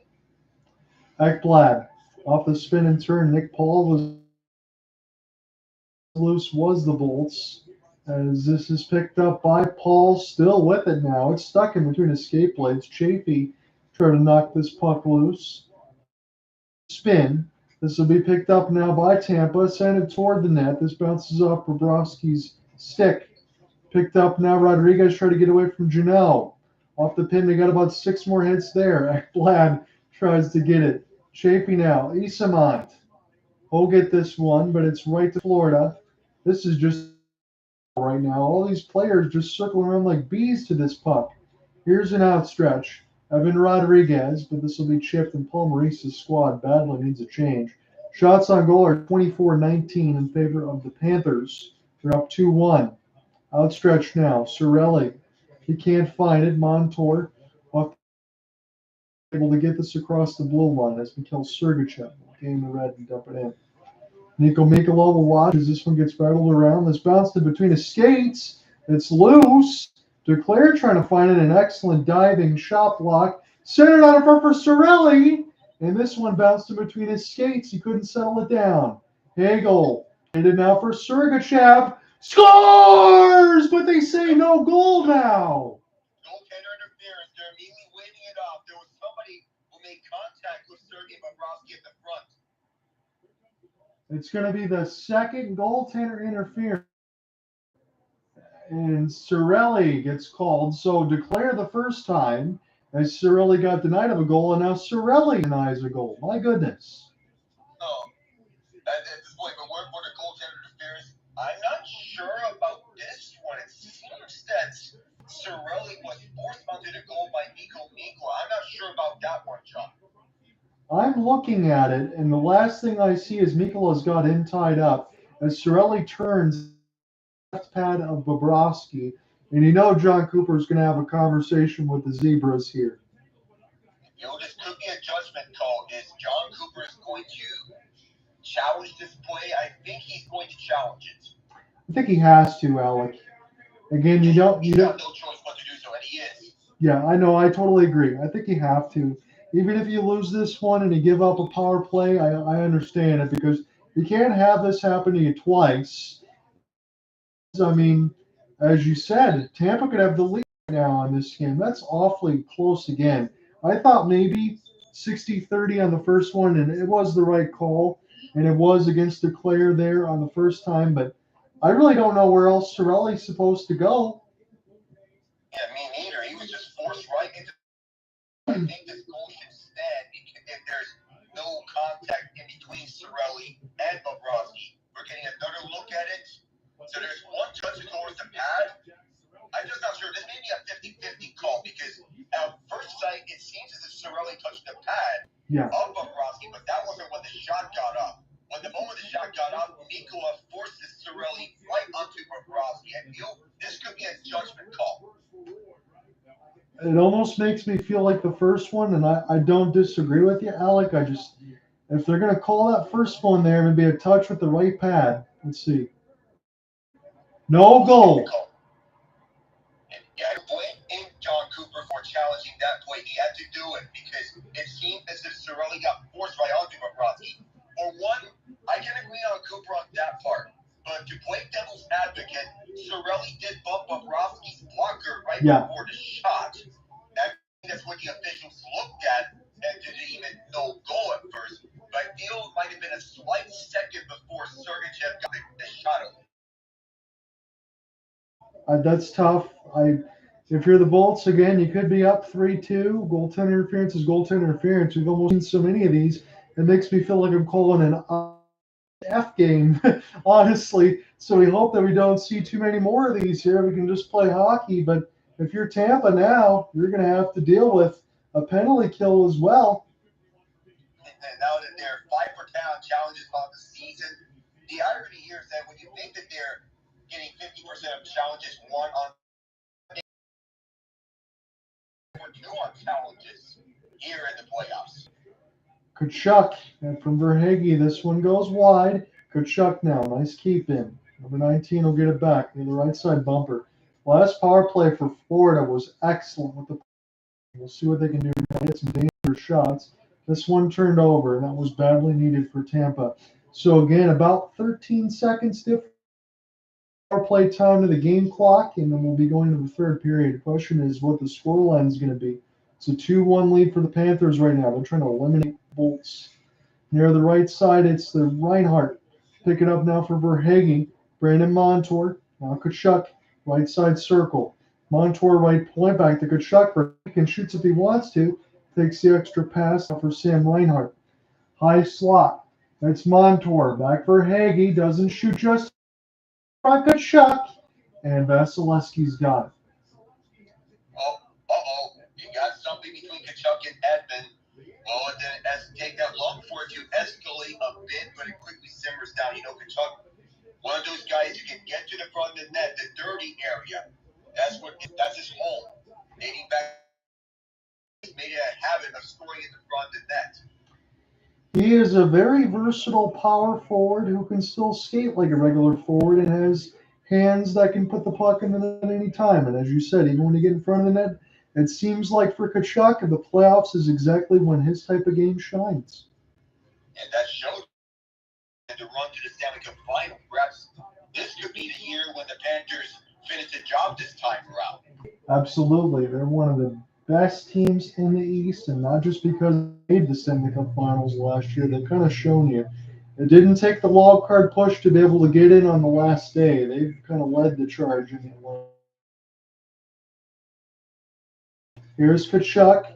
Extra pass for Verhaeghe off the outside of the cage. Tkachuk wide open. He shoots. Good save, Vasilevsky. It's loose. Verhaeghe, Barkov touch and tight. And now Verhaeghe has it. Leaves for the captaincy. And Alexsander Reinhart. That shot goes wide. Top of the right dot. My goodness. Montour. We'll get this. Barkov. With an entry to the left wing, it's Verhaeghe. Spin and turn. Carter now. Montour, slap pass, Barkov, and the big cat's starting to get busy here.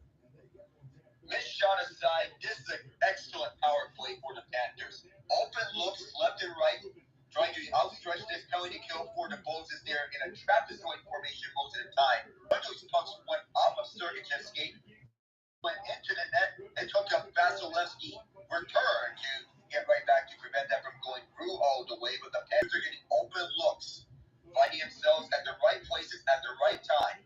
Two really good power plays for Florida. They might not score in either one. We do got 9 seconds. It's Forsling, Tipper, fast, sent out from Rodriguez. What a save for Vasilevsky near the end of the second period as this one gets sent down the ice. And Esamont will get there first, down to 5. Esamont got to settle it out in front. Tampa not going to find it in time. Paul, they're going to run out. 2-1 after 2. Now for the Panthers, who are 35-0-3 when leading after 2 periods, you want to know what this series was doing, so that's now your time. Being out, taking the rest of the way, ride the momentum that you had in the second period onto the final period if you want to knock off the 2-time champion from the beginning of this decade. Ride this momentum onto the second round where you're most likely going to face the Boston Bruins, barring a comeback for the Toronto Maple Leafs. And we could discuss Florida, good period for them. Nice power plays, nice open looks, even getting ended. Yeah, there really isn't anything to complain about. I understand we can go and play devil's advocate for the Bullets about 2 goals that are called back. I like to this first 40 minutes of play. The best team on the ice is wearing the jerseys in red. I wonder what Ryan Callahan's opinion would be about it. He's previewing the Golden Knights and the Stars, but silently, he made me think about his former team, the Bulls, the team that he went to the Stanley Cup final. So let's at it, because I don't know what your schedule is tomorrow, Alec, but I'm going to jump on with the Leafs and the Bruins for the first time. I know you that series. I see that Austin Matthews is a questionable for Game 5. That makes me scratch my head a little bit. But I'll have this conversation with you now in the intermission. I know this might get a little heated, but I'll try to keep it as clean as I can.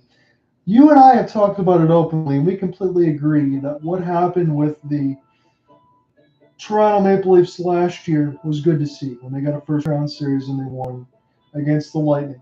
But we also talked about maybe that is the ceiling for the Leafs. And now we find going into this series that much better than, with the exception of Game 2. I'm at the point now where we've seen everything we needed to see over the last few years. If Toronto goes down, I don't care if they go down in 5, 6, or 7, or if they make it to the next round. If they go down, there's got to be some heads that roll. You got to get rid of Sheldon Keefe. You got to make some decisions. Hell, I think Shanahan's job might be on the line. Yeah, I feel I had this discussion with one of my friends, Richard, the other day about discussion of what do the Leafs do from here. I know Matthews is questionable tomorrow or Game 5. He's been back on this.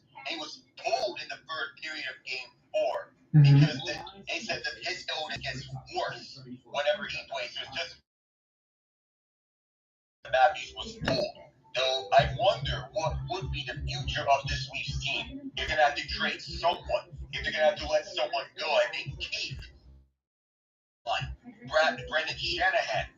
I thought of him potentially returning to the NHL Department of Players Safety, where he once was last decade. The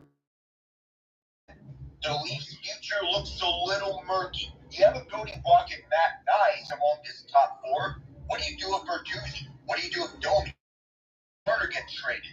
what happens to everyone else? You go after someone like Clayton Keller. Clayton Keller was the talk about because for Mitch Marner, I don't want to just say because of the glove tossing. And I saw the quote from Willie Nylander. He goes, "Quit crying. This isn't junior." And then when you see the reaction from Bertuzzi, I thought it was a little priceless, considering Bertuzzi's the type of guy that loves to muck the game up. And I don't Leafs play and fit. I don't think that fits for Bertuzzi. So if I'm going to lean, I'm already going to move on Sheldon Keefe. I think that's a no-brainer. I'm going to move on Shanahan. I think that's a no-brainer. And then I do think you have to go ahead with the core four. I think for me, it's Marner. Because if I'm Austin Matthews, a 200-foot game, I can get a 60-goal season. You got to keep him. He can't go anywhere. You got Willie Nylander for a little bit less money, and you still need a defensive piece. You want to move on from Morgan Riley or keep him because John Tavares is already gone. So I would move on from Marner, Keefe, and Shane. One other thing, and then I'll drop it right back to you. Those quotes at the end, when Sheldon Keefe says, "Hey, it's not an effort issue. These teams are good, and we're trying to." Yeah, they're good because everybody in the playoffs are good. You have to be better than that. And then when he says it's not an effort issue, and then you have Morgan Riley say it's an effort issue, I don't think the message is clear across the board. It's not. It's just a conflicting voice of opinion between Keith and Riley. What they're saying, what Keith is saying, very much contrasts what Riley's saying. Yes. Riley's the leader. There's no doubt about that. There's a reason why he's known this Leafs team for so long. He's tired of losing. He puts his heart and soul into the game every day. The Leafs got Ryan O'Reilly last year because he also puts his heart and soul into the game. It's 100% effort. William Nylander, that's another player who puts his heart and soul into the game every day. Their best playoff performer that you can argue, Austin Matthews, top-end goal scorer. You keep him. There's no doubt about it. No matter if he performs poorly in the playoffs, you still do not want to move on from a franchise player like Matthews. Tavares, your hometown boy. I feel he's locked in. I don't think you can move him by any sort. But for Marner, you question where the effort is come playoff time from him. That's what I have the biggest problem with, Alec. When I watch him on the ice, I feel like he's a guy that does not chase pucks. And again, I was watching some of the Leafs commentary. We're going to move on to another topic in a second. But when I'm watching this, I'm seeing the Maple Leafs play the dump and chase game without the chase, and then it looks like a dump on the ice. And that's not good. So we'll see what happens in this Game 5 because let's be honest here. For Boston, when guys like Krejci and Bergeron, they're not supposed to be as good as they are right now, and the Leafs should have more of a chance, correct? But it just does not. Doesn't, especially the high-end players. Though Boston, they have the more depth. But with the litany of centers that the Leafs have on their side, especially with Matthews and Tavares the way, you'd think there'll be more of a 7-game series that's going back and forth. Boston, they were not supposed to be at top 2 spot. Here they are, especially when they have a number 1 center by committee system. I agree. Again, we have every series today. Again, I'm leaning with the Leafs and Bruins, but I guess, Alec, I couldn't go wrong because every single one of these are potential elimination. You got the Islanders and Hurricanes, the Avalanche and Jets, the Preds and Canucks. If you had to pick one team that's going to avoid elimination tomorrow, who are you taking? Winnipeg. It's about time for them to bounce back and answer because they got stuffed a little bit at Ball Arena, didn't they? And it's that they are going through in the playoffs. They need to get their defensive systems pumped up. Have Connor Hellebuck mentally locked in because every game he's allowed at least 5 goals in this series. Game 1, the Jets won, but that game, you need to have the defensive system locked down. Hellebuck to be back to Vezina winning form, potentially, if he were to go on to win the Vezina this year. He's a finalist, but he has to be at Vezina form. He's not right now, especially when the Jets are on the road at the Mile High City. be back at their A game. I agree with you. And again, it looks like to me when I watched the series from afar, again, covered one of those with you. But when I look at it, it seems like the Jets are trying to play the Avalanche's style of a game and go up and down the ice. They have some skilled forwards, but if you allow yourself to play that, you're just going to play right into Jared Bednar's hands. And I think that's why the series is where it is. We'll see if they can try to close out the series at Canada Life Center. I am going to go ahead and I'm going to lean where I didn't expect. I'm going to think the Leafs fight for one more day. I don't know if it's Matthews. I think he's going to find a way to try to play through because he has to. I think they'll be able to shut off the voices for one more day, but I'm absolutely taking the Hurricanes, and I'm taking the Canucks to close out the series. I know you're thinking I was thinking the Predators' ceiling will be Western Conference Final. Still, I feel that Game 4 loss has to be demoralizing. Crusher. This team basically has the steam knocked right off of them after that Game 4 loss. You normally don't see teams after leading 3-1 with 3 minutes left in regulation. No. Have to go to overtime with the same guy that's been scoring regulation go on for a hat trick. And then Elias Lindholm, you allow him to get so wide open at the slot. That time goal by Visser, that was all skill. I'm not sure what Saros can do. He can to stop that shot. Again, if you're the Preds, I imagine you feel a little bit better than the Leafs do. You certainly feel better than the Washington Capitals as far as everything else in that series. Again, I did have a Red Wings fan in on the side for the YouTube portion of it, and I asked this question. I know it doesn't matter, Alec, but just humor me for a moment. If the Red Wings played the Rangers, I still assume they lose the series, but do they win at least one game? I think so. I could say the same thing about the Penguins. Right. Well, the both of us could steal at least one game. Because if you're the Capitals, I understand they got there and they deserved it and they earned it. But first round matchup with the Rangers, who do everything better than the Capitals do, and not able to muck it up enough. And correct me if I'm wrong, Ovechkin did not score in the series, correct? Not even score in the series. He was held off the score clock. Wow. No points in 4 games. Yeah, I don't know what more you do, and I think you look at it in the offseason for the Caps and say, hey, that was great, that was fun, and I know they like Connor McDavid that they have, but I think they need to go through a rebuild. That's going to come after Alex Ovechkin breaks Right. Gretzky's goal record. I feel it's a matter of when and less of a matter of if. Yeah, you're right. I think that's where you have to lean. You're correct. I got to remind myself of that. It's just that was just not too fun. I mean, I wouldn't want to be one of those teams either, Alec, even if it was me or you between the Red Wings or the Penguins. I don't think you want to go into a series knowing that you can only win one. I'd rather be on the outside looking in and trying to get a better pick. But then again, I know you also told me as well that did you have to end up forfeiting? Well, we had to because of the condition of the Erik Karlsson trade. Yeah. But to be fair, now that I look back at it, this draft class is not supposed to be as strong as last year's, but it still stinks. Yeah, unless you were getting somebody like Macklin Self or TJ Ginla or some of those other pieces like that, then maybe if you could win the lottery, that's not going to be big. I saw Vlad Nemestikov go across. I watched that game the other day, man. I felt bad for him. He had a broken cheekbone. He got smacked with a puck. Oh, always stings when suffering a broken cheekbone, especially when it comes to a crucial playoff game where you have to stave off elimination. But still, it's next man up. That means it's either going to be Cole Perfetti or David Gustafson sliding in, or Gustafson is already in the Winnipeg line. So I think Perfetti is going to have to swat into this lineup on the 4th line. Underrated defensive piece for Winnipeg.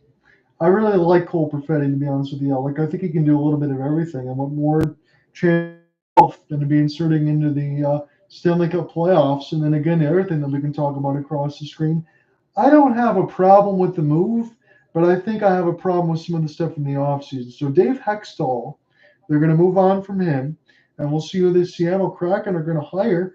I don't think you and I have a problem with them falling out of the playoffs, but when you lose guys like Ryan Donato, Carson Soucy, and Daniel Strong, I think they undervalued some of that depth, and that's why a little bit this year. Not to mention that there were some guys that just didn't score as many goals, but they lost a lot of depth that couldn't be replaced. And you let go of Sprong, Sushi, and let them walk into places, and then you expect that guys like Kyler Yamamoto and Brian Dumoulin be replacements for the two of them. And it feels as if you're expecting a little too much of some of these replacement depth pieces. Unfortunately, it didn't pan out well. Dumoulin was what I thought was going to be a shell of himself from his peak days with the Penguins. And that's sad to see, knowing that Dumoulin was a high defenseman in his peak days. Yeah, I think you're right. I think that's kind of where it was. And again, I'm wondering as well, because we talked about it openly, when you have like Jay Woodcroft, Todd McCollum, Craig Berube, there's a lot of coaching options, but I also think Seattle still trying to build up all their prospects, move things forward. I kind of wonder who the next head coach is going to be. If you're going to develop your offensive pieces, if I'm Seattle, I could look to Jay Woodcroft for developing your young talent, like Shane Wright, Riker Evans, to name two. I think that that's a good lean. That's probably where I'll go too, because I think everybody else, even if you threw in Joe Quenneville, who I do not see that happening, but I think for everybody else, they're in a win now mode. I just don't think Seattle's there yet, but I do think their future and everything else is bright. We do have a couple NBA scores to jump into that right now. The Celtics opening up a can on the Heat right now at the Kinsia Center. It is 69-45 with 4:14 in the third. Derek White, he started the game on fire. He's still been very good. 11 of 18 shooting, 29 points. You got 13 for Jaylen Brown and 10 for Tatum. For the Heat, it looks like I see Bam Adebayo with 14 and Tyler Hero with 12. If I'm a Heat fan, I'd wonder how this series would go if Jimmy Butler did not suffer that season-ending injury. What game was that, Alec? I think that was the play-in games before the series started. Because in the playing, didn't he come back and try to play through it? Then now he's done for the year. So you're right. I just wanted to get a refresher there. Yeah, if you had him there, you would think at least the way through. And maybe the Celtics' next opponent, maybe it's the Indiana Pacers, question mark? I think they're going to have to face up against either the Cavs or the Magic. That's an even series at 2 apiece. That's the 4v5. The winner of the 1v8 faces the 4v5 in the NBA play. The reseeding is something the NHL once did when they had the 1-8 format, and I kind of wish the NBA would follow suit. That wouldn't be too bad, although honestly, we talked about the Magic at the beginning of the year, and I was like, they really have the best record in the Eastern Conference? Well, yeah, they did 2 against the Cavs. And if I'm the Cavs, I think maybe this series is a little bit closer than I even expected. Yeah, especially the game 2. The other game that is going on right now, the OKC Thunder and New Orleans Pelicans tied at 23 at the French Quarter of New Orleans. So the Pelicans, they're going down fighting early in this game. But OKC, they want to complete the sweep like what the Timberwolves did with the Suns. Did that surprise? It surprised me, the sweep. It did not surprise me that the Suns were eliminated. But what surprised me was the fact that the Timberwolves, they just trounced all over the Suns in the first 3 games and used that momentum to beat the Suns in a close game. I thought that the Suns would have all the power to stay alive for one more day. They like to play fast. The Timberwolves slowed down on the series just enough to force the Suns into playing their style of game. And I give full marks on Chris Finch for that. And an improved defensive interior, which includes Rudy Gobert, Bounce, and Jaden McDaniels at the front court. That's a great defensive call by you because, again, I would have thought at least it would go 6 games.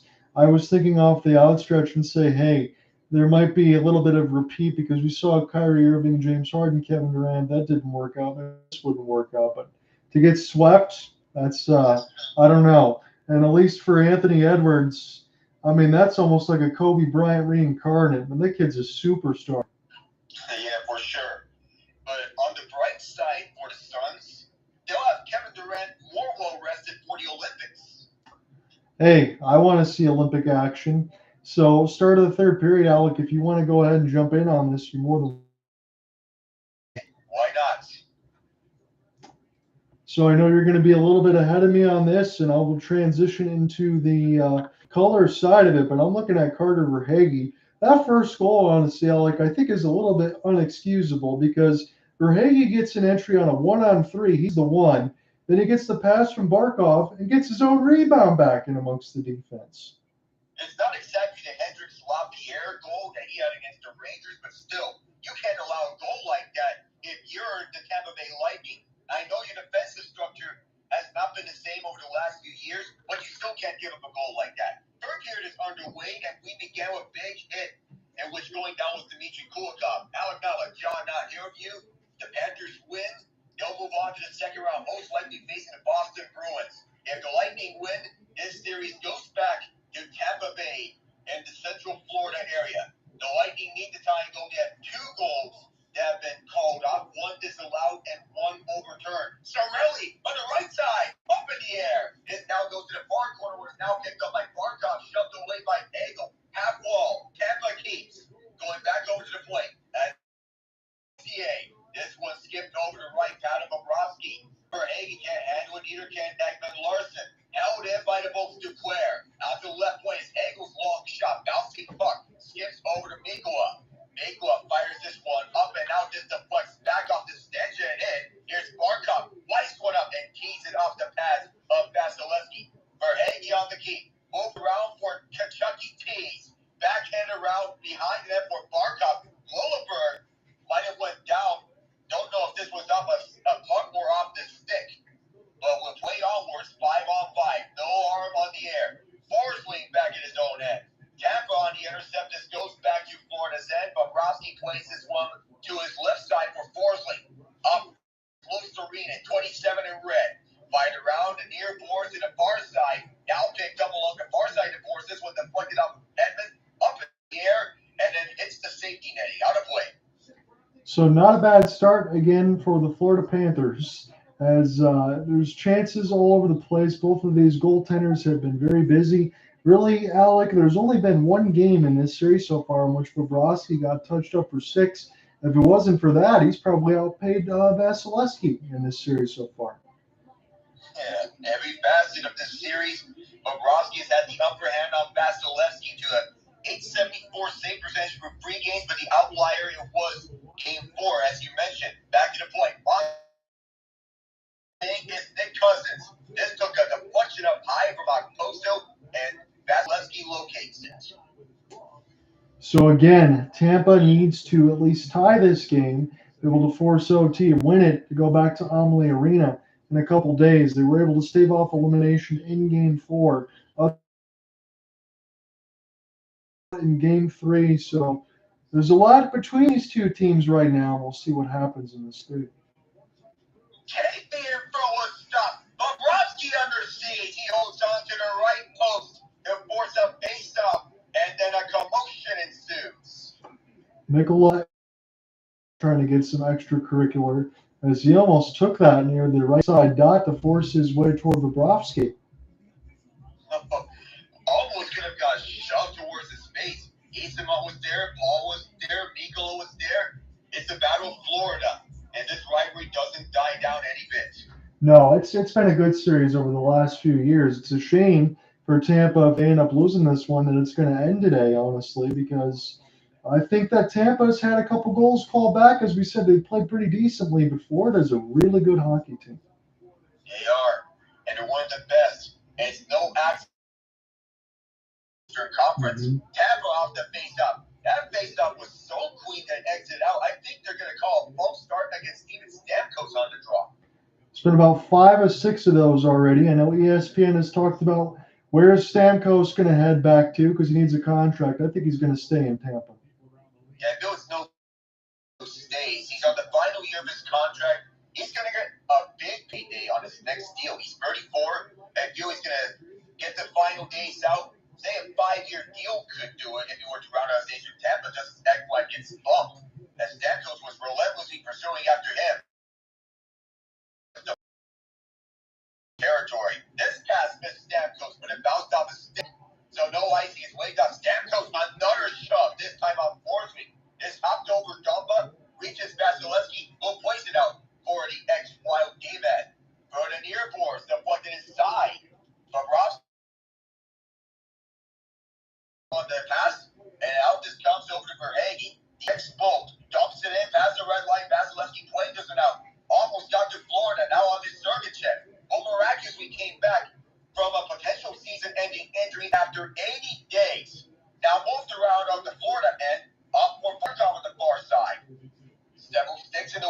ice on both defenders. Barkov relocates it. OEL to the near side. Kucherov sends this point out. Shanky at the near boards. Centered up in front. One pass was there. That was Kucherov. Who backhands this one all the way to the Tampa zone. We're 3 minutes and 20 seconds into the third period. Tampa needs to tie and goal. They're down 2-1. It's been 3-2 games in the first 2 games. Both won by Florida. The second one in overtime. Verhaeghe for his 5th playoff overtime winner, the third most in NHL playoff history. Now Lewis Lilleberg tied up on a double team. Arriving there is Guendetti in the far corner. Still is up for grabs. Trapped in no man's land. This puck still loose. Took a while for Crozier to out. Alex Montour holds it, and his shot blocked. Montour drops it one in front as his back was turned towards the Tampa zone. Crozier now picks it up. Panthers out shooting the Bolts 31-20. 2-1 advantage. Slapped around by the Bolts as they're trying to look for the tying goal. Loose in front at the left point. South and move back around for Tampa. We're past the 4-minute mark. Duclair shut down by Lundell as Lundell backhands one all the way around back the Tampa zone right behind Vasilevsky. Tampa in trouble. So is Hedman, but Hedman just gets it away over to Hagel, and Hagel clears. Around back, Forsling. Stick with this several times, Torelli. So out to get him because of the delayed offside. Dumbo retreating over to the near corner. Just inexplicably turns one over to Sam Reinhart. There was nobody at the slot, but you might have expected someone to be there at that spot. I don't know what was the game plan there, but you got to have someone in the slot to pass it, get someone back. And back comes the Bolts. Around this goes from point. This bite's going to bounce up the stench, and back it comes to the Panthers. Over to the bench's side. Tkachuk in. Drops this one back over to Montour. Long shot. Shut down by Vasilevsky, who covers. Again, it was a while, and Alec was keeping it going on the play-by-play that we just had the puck bouncing in between the neutral, had some heavy hits that we've seen. This third period's been muck advantage for Florida. They're just bleeding this clock away. In Florida, when they fired Andrew Burnett to get Paul Maurice, when you talk about hockey it up, you want to have a hard hitting style, that north-south hockey, and they bought into his ideals. Yeah, nobody has embodied more in their team than Paul Maurice and the Panthers. I agree. That quick shot is blocked by the Tampa, held in by Ekman-Larsson, going around for Chapey with the first two at the far side. Eric Chernak right behind the net. Chapey trips over him. Panthers trying to hold. The Bolts clear. Boat race for the puck. Just gets back to the Panthers zone as OEL backhands it over. Lawrence, 18 in red, sends this one from across the red line up, and Lundberg moves it over to the right side for Crozier. Pair of rookies on the by point. Punch shot. Bounced up for Rossi. Loose in front. That was picked up by Tkachuk, who cleared it out. Couldn't do it the first time, but does one the second time. Lundberg will pick it up for the Bolts. Crozier back for Lundberg. 65 and 78. Lundberg from the right side. He gets shut down, but dumps it into the 4. Taking this back up away from Stamkos. Could not be held in by Kucherov. And back his point. You drop it back over to Crozier. 6 minutes gone in the third period. Crozier and Lundberg still out there. Lundberg went up. Hedman's back on. Crozier leads the way for Duclair. Down with steam against his former team. Duclair can't settle it. A quick shot. Rebounded, but could not be settled down by the Bolts. Chernak holds it in. Duclair, right circle. Back to the point. Only is Hedman. Deflection in front. Did not make its way to the goal. Mikhail lifts this one past center. Hedman can't settle it down. The icing is waved up. Verhaeghe trying to bank one in. The Bolts got there. Just shut that shot at them down. Back across Tkachuk. Bottom of the left circle. Curling track move. This one right in front of Vasilevsky. Montour on the horn at the far half wall. Deflected shot. Vasilevsky shut that one down. Backhand out to center. It's loose up for grabs. Held up by Tyler Buck. Jumped towards the wall. Not before he sent this one right behind the Panthers goal line. OEL. Smooth skating around Buck. Tarasenko. First time he's not wearing 91 in his NHL career, dating back to when he began with St. Louis. He's back behind the goal. The Bolts shut this one. Yeah, now picking this one up away from Tarasenko. Pass down deep, bouncing puck, pass spot, and settled down by OEL. Mott stick out in the way. He picks it back up. Tyler Mott, walking the highest one, fires one. This thing's a shot block. Right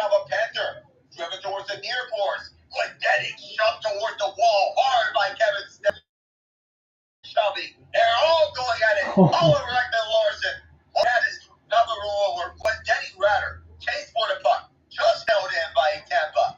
Glendening is without his helmet. Now he puts it back on. The Panthers reclaim it. It's now out to center. Tapped in by Florida. And this is going to be icy until just sent in from behind the red line. My goodness. Man, Glendening looked like he was getting mudholed stomped by Stone Cold Steve Austin in the WWE. He was getting crushed. He lost his helmet. Things are getting a little physical there. They're showing some shot block. Sergachev, that's right off the middle rod in his leg. And then Sorella worked over as well. This has been a very physical game. And mind you, this is without with the Panthers. This is with the Panthers not having to be self-injury. Yeah, it would be a heck of a lot more. And again, I can't imagine these teams are going to feel very good. Florida needs this series to end now. They need some rest. Yeah, badly, especially since they're most likely going to face off against Boston if they win their series tomorrow. Now, I'll admit I won't be around you tomorrow most likely because I'm going to be doing my own show with some of my friends around, including Ian and Richard, as I mentioned. So we'll be doing that with some looks at the playoffs plus discussion on the Coyotes relocation. Very cool. Again, let me know what happens with the Coyotes when you get any other updates because that's going to be interesting to see how that works. I think the Avalanche might also be moving from the Central to the Pacific, maybe. Who knows? Utah NHL team moves over to the Pacific if they want to get this going. Basically the current iteration of Coyotes as the new edition of the Coyotes would essentially be an expansion team, much akin to the Cleveland Browns and the Baltimore Ravens relocation, and the Charlotte Hornets, New Orleans Pelicans. 8 minutes removed here in the third period. Tampa needs a tying goal. No fire in. Now it goes inside. Moved around over to Lundell. Dumba right there. So did Point. Back at their corner. Forsling was there. Across where Ekman was trying to sweep it out. Can't do so for this moment. It takes a convenient bounce all the way up. Sell down by Sam Ryan. By Losterine and Point in the way of that pass from Losterine. Back behind is Hedman. Was the Conn Smythe Trophy winner in 2020. On the entry is Eisman. Eisman working up against Nikita. Shoved away. Nikita replaces for Florida. 8:15 as the last year. And pass Bobrovsky. Florida trying to clear. They do so. Chernak taps it backwards. Entry B. Paul shoved. Again. Triple team. And down goes one of the Panthers. Florida now on a 3-on-2. Barkov on the left side. Trying to center. One poke on the wing. That was Sergachev. Cleared out. Montour recollects. 9 minutes gone. Make that 9:20. Moved around as the Panthers send this one deep. Vasilevsky plays. Moved in front. Oh, he faked it. Now up front at center ice. Recollected by Hagel. He's been so good ever since he was acquired from Chicago for Tampa. Sent in deep, bouncing puck, and shoved down, or shoving one of the boats down, was OEL. The Panthers sent his in. Crozier knocked down. He loses his helmet. Vicious hit by Kevin Stenlund, and Crozier has to go back to the bench. Vasilevsky sees Crozier's helmet right behind his crease. Evan Rodriguez places one around. Wendell gets there, bounces off the referee. Dumba picks it up to the near side. Duclair places one out. The ex-Panther takes a bounce out of the glove. Dumba shot blocked. He gets it back. Goes down Bobrovsky, and the Panthers clear. What a wild sequence this has been over the last few minutes, isn't it, John? Absolutely. Now we're officially 102 hits on the counter. Nice that info there, John. The physicality is ramped up. That Crozier's got to be feeling that hit, having his helmet knocked off. Now, fire deep. This goes past Verhaeghe. Will he win the foot race? Yes, he will. He chops away from Vasilevsky, but it sells on to Hedman. The Tampa Bay Lightning had to have that one. Glendening sends this deep. OEL wins the foot race in the near corner. That was past the red line. Now moves around back to the point. This bounces past Chernak and all the way back.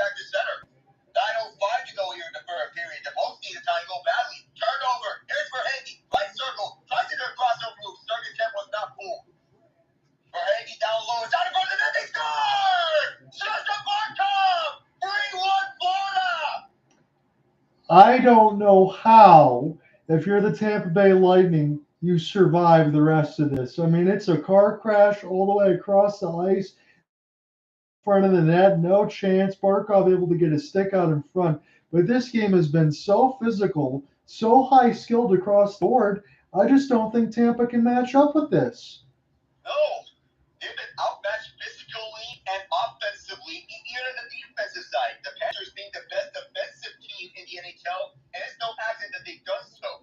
They've been winning games because of this. I'm not sure if this goes on Barkov or Tkachuk, but based on my initial sightseeing, I think this may belong to Barkov. I think the last stick tap was from Barkov. He was the first one celebrating. I think to him because Tkachuk was also there at the bottom of the slot trying to collect that. I think this is Barkov's goal. And again, I'm not trying to make any excuses for the big cat or anything, but you got Tkachuk and you got Barkov right in front of the net against one defender. I mean, there's nothing Vasilevsky's going to be able to do there. Yeah, no, not at all. He's basically left on an island. What more can he do? Basically nothing at this point. And yes, it is Barkov on his goal. It's his first career multi-goal playoff game of his NHL career. How about it? Hats off to this Finnish man. He has been one of the best players in the NHL for a long time. One of the most underrated NHL players ever since he first arrived for the Panthers. And people will look over him because of how good Nathan McKinnon has done. As that long shot was deflected by Brayden, but Bobrovsky caught it with his glove. It's a 34-24 shot advantage for the Panthers. 3 of them outplayed Vasilevsky, including the latest one from Barkov. Yeah, I mean, Sergachev, look on the back skate, he's stuck. There's nobody else on in front on defense. The Tampa defense is looking at each other like, who's going to pick up both of these guys in front of the net? Nobody. Barkov puts it in. And wonder how that's going to bear out because if it's an elimination game like this, you need to lock in. I wonder how it would be tomorrow for the other game that we have not mentioned, the Carolina Hurricanes and the New York Islanders. Remember, the Islanders stayed alive with a double overtime victory.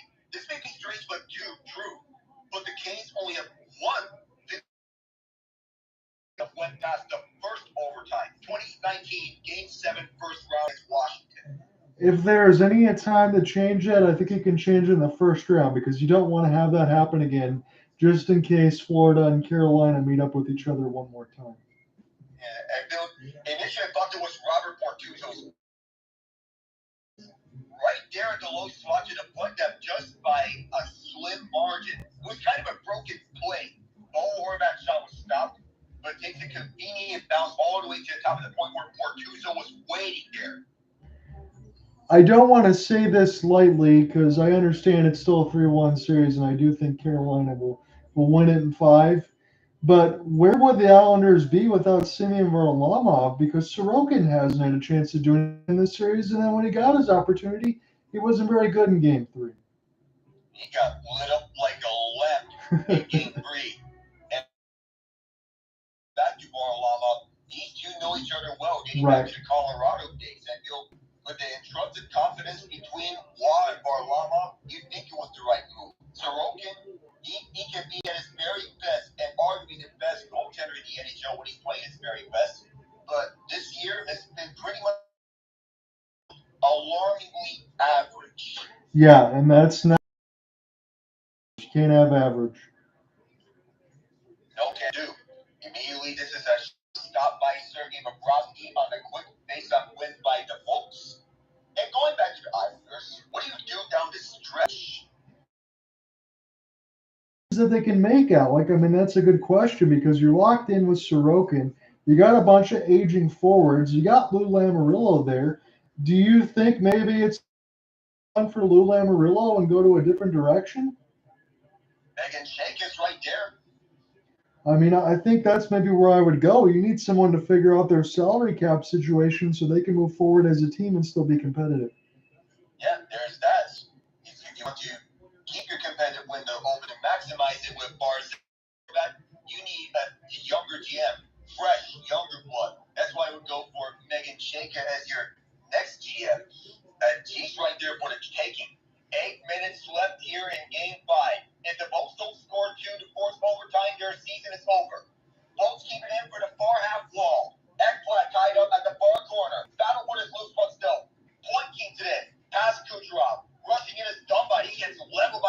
Brayden, helping out Kucherov on the turnaround shot. I guess who? Aaron Ekman, and out to the safety net. Yeah, I'm glad you said it way because he's always involved into it. Again, they saw Vlad Tarasenko out of bloody nose.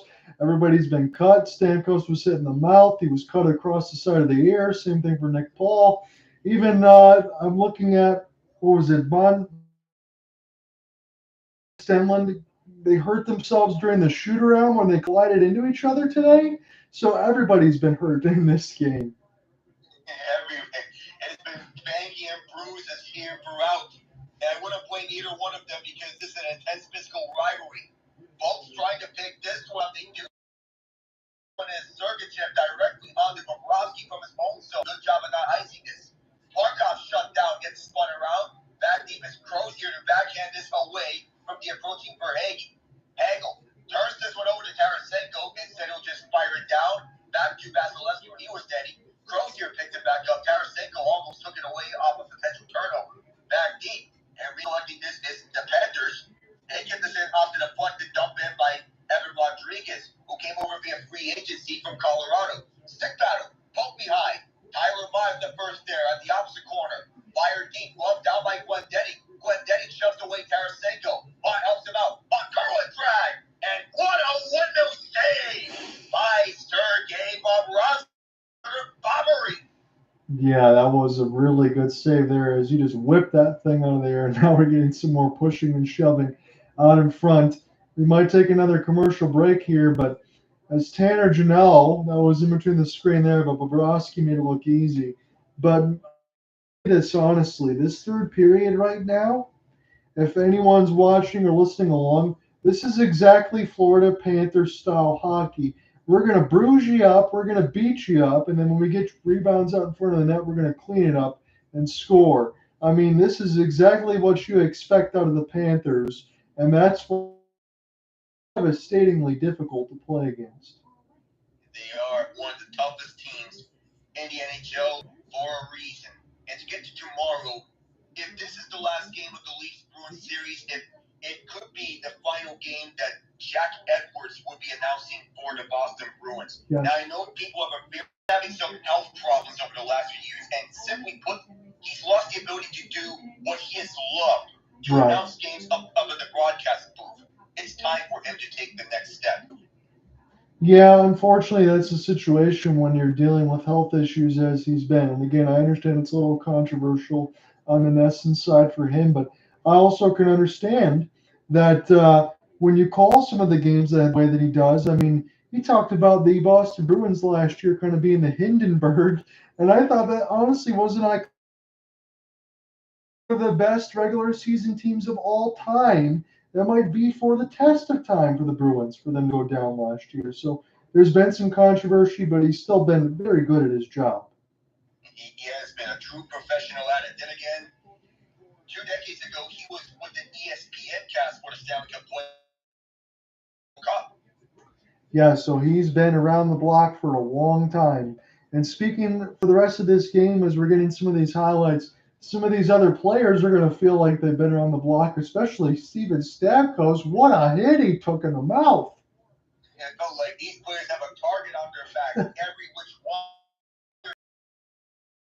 Players, Stamkos, Crozier, any one of these. The Panthers are heading like Spurdy. The only thing that moved around was not deflected in past the red line. Icing the call. There'll be a face-off back in the Tampa zone.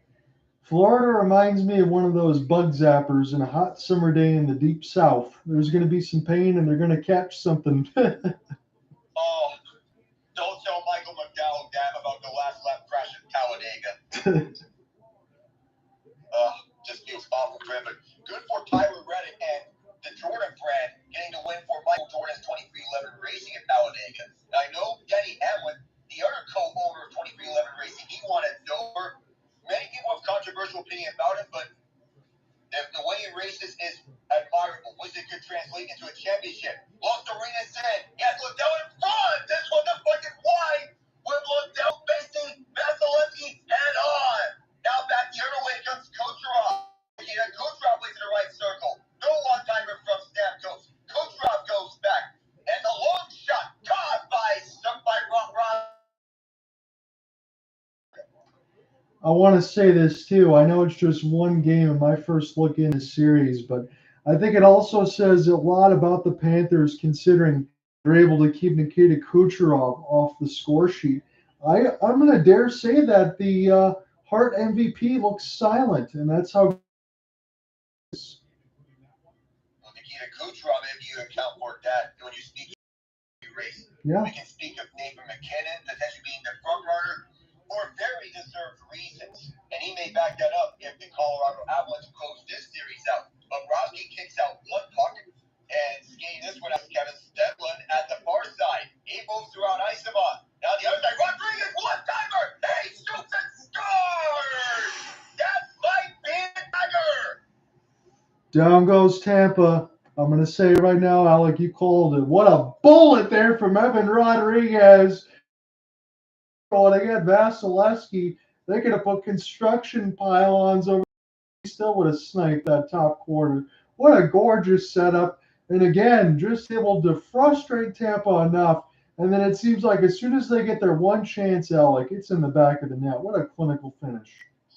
No matter what Tampa's doing, no matter how much they're putting here in this third period, feels like every which way, Florida's right there. Defensively, offensively, they are there. 2 goals each in the second and third periods, and these Panthers can coast on the rest of the way to. And Evan Rodriguez looks pretty good in a Panthers uniform. I bet Colorado misses him. My thing was missing him as well. Yeah. Smiling a bit, knowing that Rodriguez has the dagger goal for the Panthers.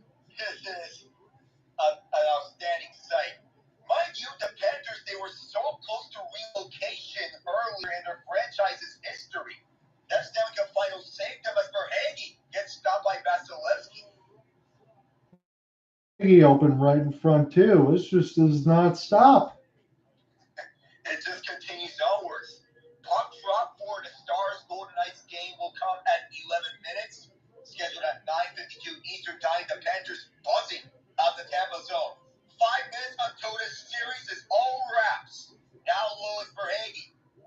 Tampa needs a miracle. And again, we have seen miracles before in the Stanley Cup playoffs. The Anaheim Ducks have scored 3 the final 3 minutes of regulation. The tie game 5 against the Edmonton Oilers in that 2017 West semifinal series on a goal by Corey Perry back then. The Panthers trying to move this one out and off the center. Stick left for the puck. Back and forth they go. This gets backhanded from Kucherov. Moved out by Florida. Moving this one up and getting slowed down was Luster. Up once this way, helping him out is Reinhart, who was fresh on the bench. Hedman pickpockets him, gets this one out. Kucherov also pickpocketed. That was Forsling on his base. 36-29 on the shots, and they're pulling Vasilevsky now because that's the only way they can do so. That's not going to work. Empty netter, another dagger. Well, you could put a sword in through and cut in half like that magic axe that you see in Vegas sometimes because Florida dissects Tampa. And now you could take that narrative of the 2 goals and call back and throw that out the window, Alec. I mean, this is complete domination here for the Panthers. They did exactly what they were supposed to do in the third with the lead. And now we're already getting some of the rats on the ice. Already the celebration starting. Florida, as he said, doing what they had to do, take care of business with their opponent, and they did so. Their favor, some sweet revenge for 2 years ago, a gentleman's sweep. So we're telling me that you got Florida and Boston. If Boston finishes it out, and then New York and Carolina. If Carolina finishes out theirs, we're going to have some hell of a second round matchup set. And whoever wins between the Winnipeg, Colorado series against the winner of the Dallas Vegas series, that's going to be a very underrated matchup in the Central Division side. Last 3:35, Alec, but I'm glad that you joined in here. But man, oh man, I have not seen anything to take my initial thoughts of the Florida Panthers. I still see them as a Stanley final team. What about you? So heading into the playoffs, when I did the bracket, I have the Panthers the Stanley Cup this year. Okay. That they would beat the Winnipeg Jets in the finals. That Winnipeg pick, I'm having some uneasy thoughts now. The Panthers pick, I have to be smiles about it still. Yeah, I'd have to think so too. I mean, we kind of felt that way going in, that this was going to be a strong team as the hits continue to still go across the board. But yeah, for Winnipeg, as you mentioned, the way Colorado's offense has looked, they're starting to pick themselves up like they did a couple of years ago, and that's bad news for everybody.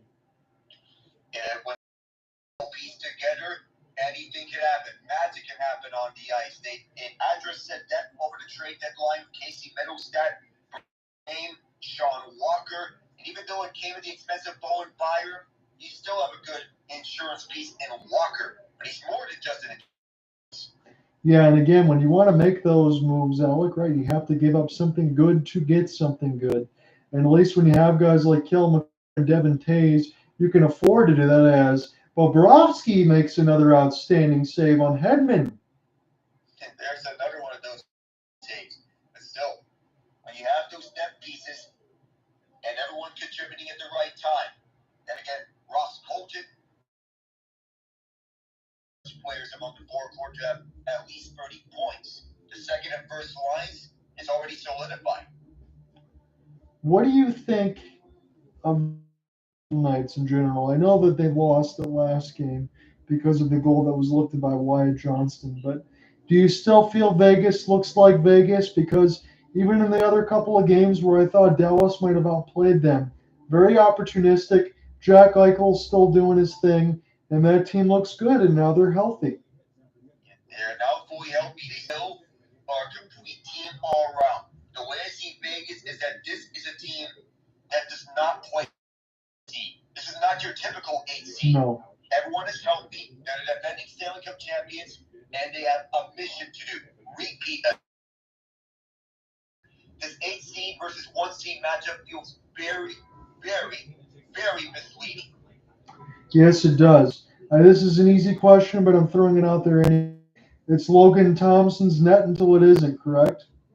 It is. He proved himself that in game 3, but he's not healthy at this current moment. So you want to wait until he gets healthy to insert back onto the lineup. But take that with a grain of salt. Keep Thompson in for as long as he can ride the hot hand. Until he flames out, Thompson's the go-to guy now. That's what I'm rolling with right now. And we're watching, and between the Tampa bench and players starting to slam their sticks right now, Nikita Kucherov, you imagine he is very upset. Stamkos a little bit upset as well, but Kucherov, he's got shut down in this game. Yeah, he gets shut down again this time around by Sergei Bobrovsky on a quick shot off the face-off, 6-5. So I get that where that frustration is coming from. I know this is not the same type of team in years past, but they're hungry. Yeah, they are. And there were still a bunch of guys on this team that had over 40 goals in point. Kucherov, Stamkos, you mix that all in there. And looks like they're going home. They're down 5-1 with 2 minutes left as Bobrovsky makes another save. Take it away. The old Tampa's waiting for the World Championship of Hockey to commence when other players jump onto the international stage for IIHF play or NHL organized play. Just miss another empty netter. We'll see if they get another one here because this game is all but sealed up. That's all that's left of this game. It's 5-1. Vasilevsky's on the bench. The Lightning are going 6-5. And that's pretty much all she wrote. The Panthers can just coast this one home. Mentioned again, wait for either Boston or Toronto. No matter who is there, I believe the Panthers do have the advantage. They're playing at home on the next series, but they can do the job at both home and on the road. And if I'm Boston, and I told you before, is we're going to get another empty net chance bullseye, 6-1 Florida. But if I'm Boston, and again, you lose Krejci and Bergeron, I'm shaking in my boots playing against this team. I understand Jim Montgomery is a great head coach, and you got an excellent goaltending tandem, and Boston's to work with. But Florida just seems like they're the same team as Boston, but better. Yeah, with more high-end talent around, more depth to go with. By slim margin in terms of depth, I'm not saying Boston is not deep. but Florida has the advantage in terms of the depth on the offensive Yeah. was the defensive contributions. I know that the Bruins have the better goaltending tandem, and Jim Montgomery is going to roll the rotation between Jeremy Swayman and Linus Omar. He's going Swayman now because he's the harder hand against Toronto. I think that's a smart thing to do because when you're playing every other day, you're going to get tired. And if you're Boston, I mean, you have that fortunate rotation to have the two best goalies in the entire league to roll with. I mean, you have two starters when essentially most teams have one starter and a backup. You got two franchise-level goaltenders with Boston. Yeah, you want to play smart. Go between these two franchise goaltenders, both Swayman and Omar. Omar essentially revived his career, and the Bruins have to be thankful that Omar turned down that trade proposal from the LA Kings that would have sent him there. Now with 8.7 to go, we're getting a little. Fans are waving their towels around. Oh no, I think the clock malfunctioned. And It did. now 0-0 on the clock. The Florida Panthers move on. What a dominating win and what a dominating series it was for the Florida Panthers. The Battle of Florida really wasn't a battle. The Tampa Bay Lightning were around the Panthers, and they ran them out of the building as they advanced to the second round. What an effort. And as they say, John, it's a party at the 305. Third time is the charm this time. Absolutely.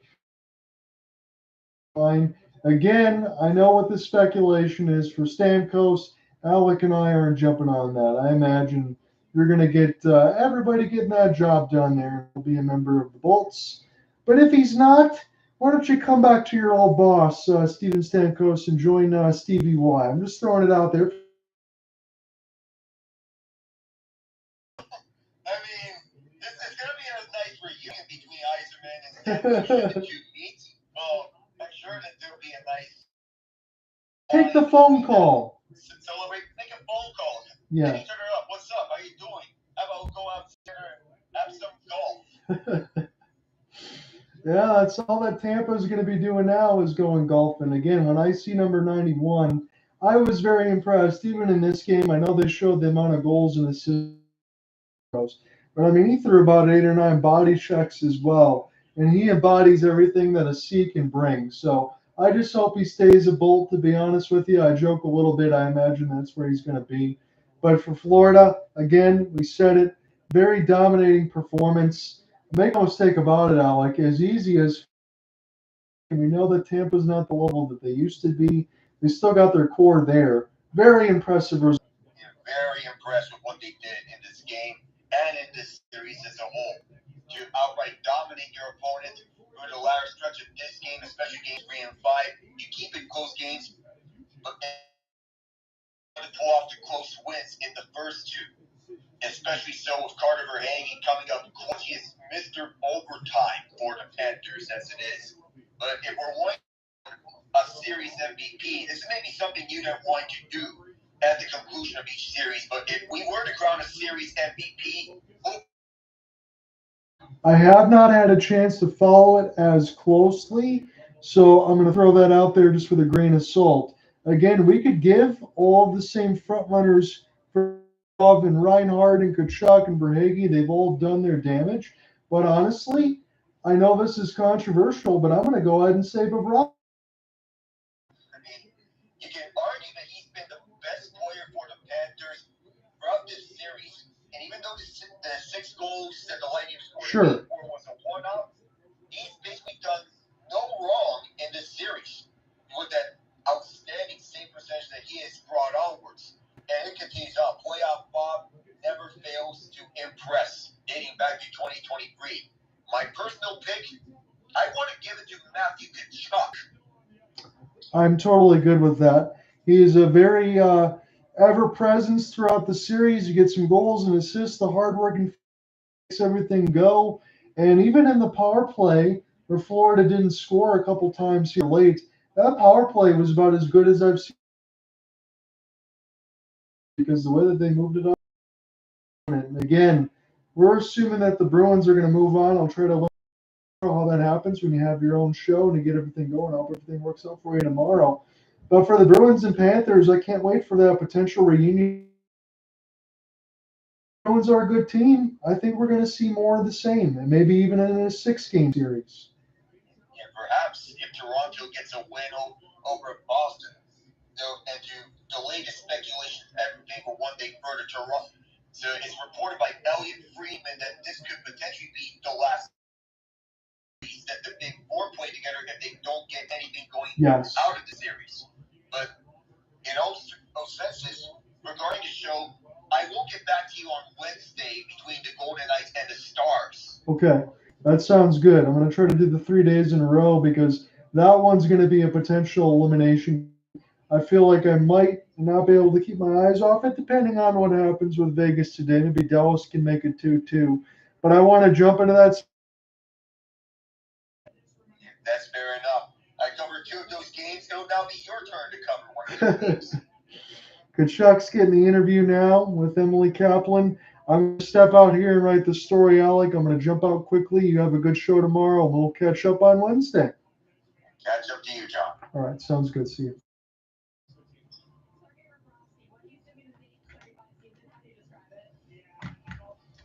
Have a good one, folks. We'll see you about 7:15 Eastern.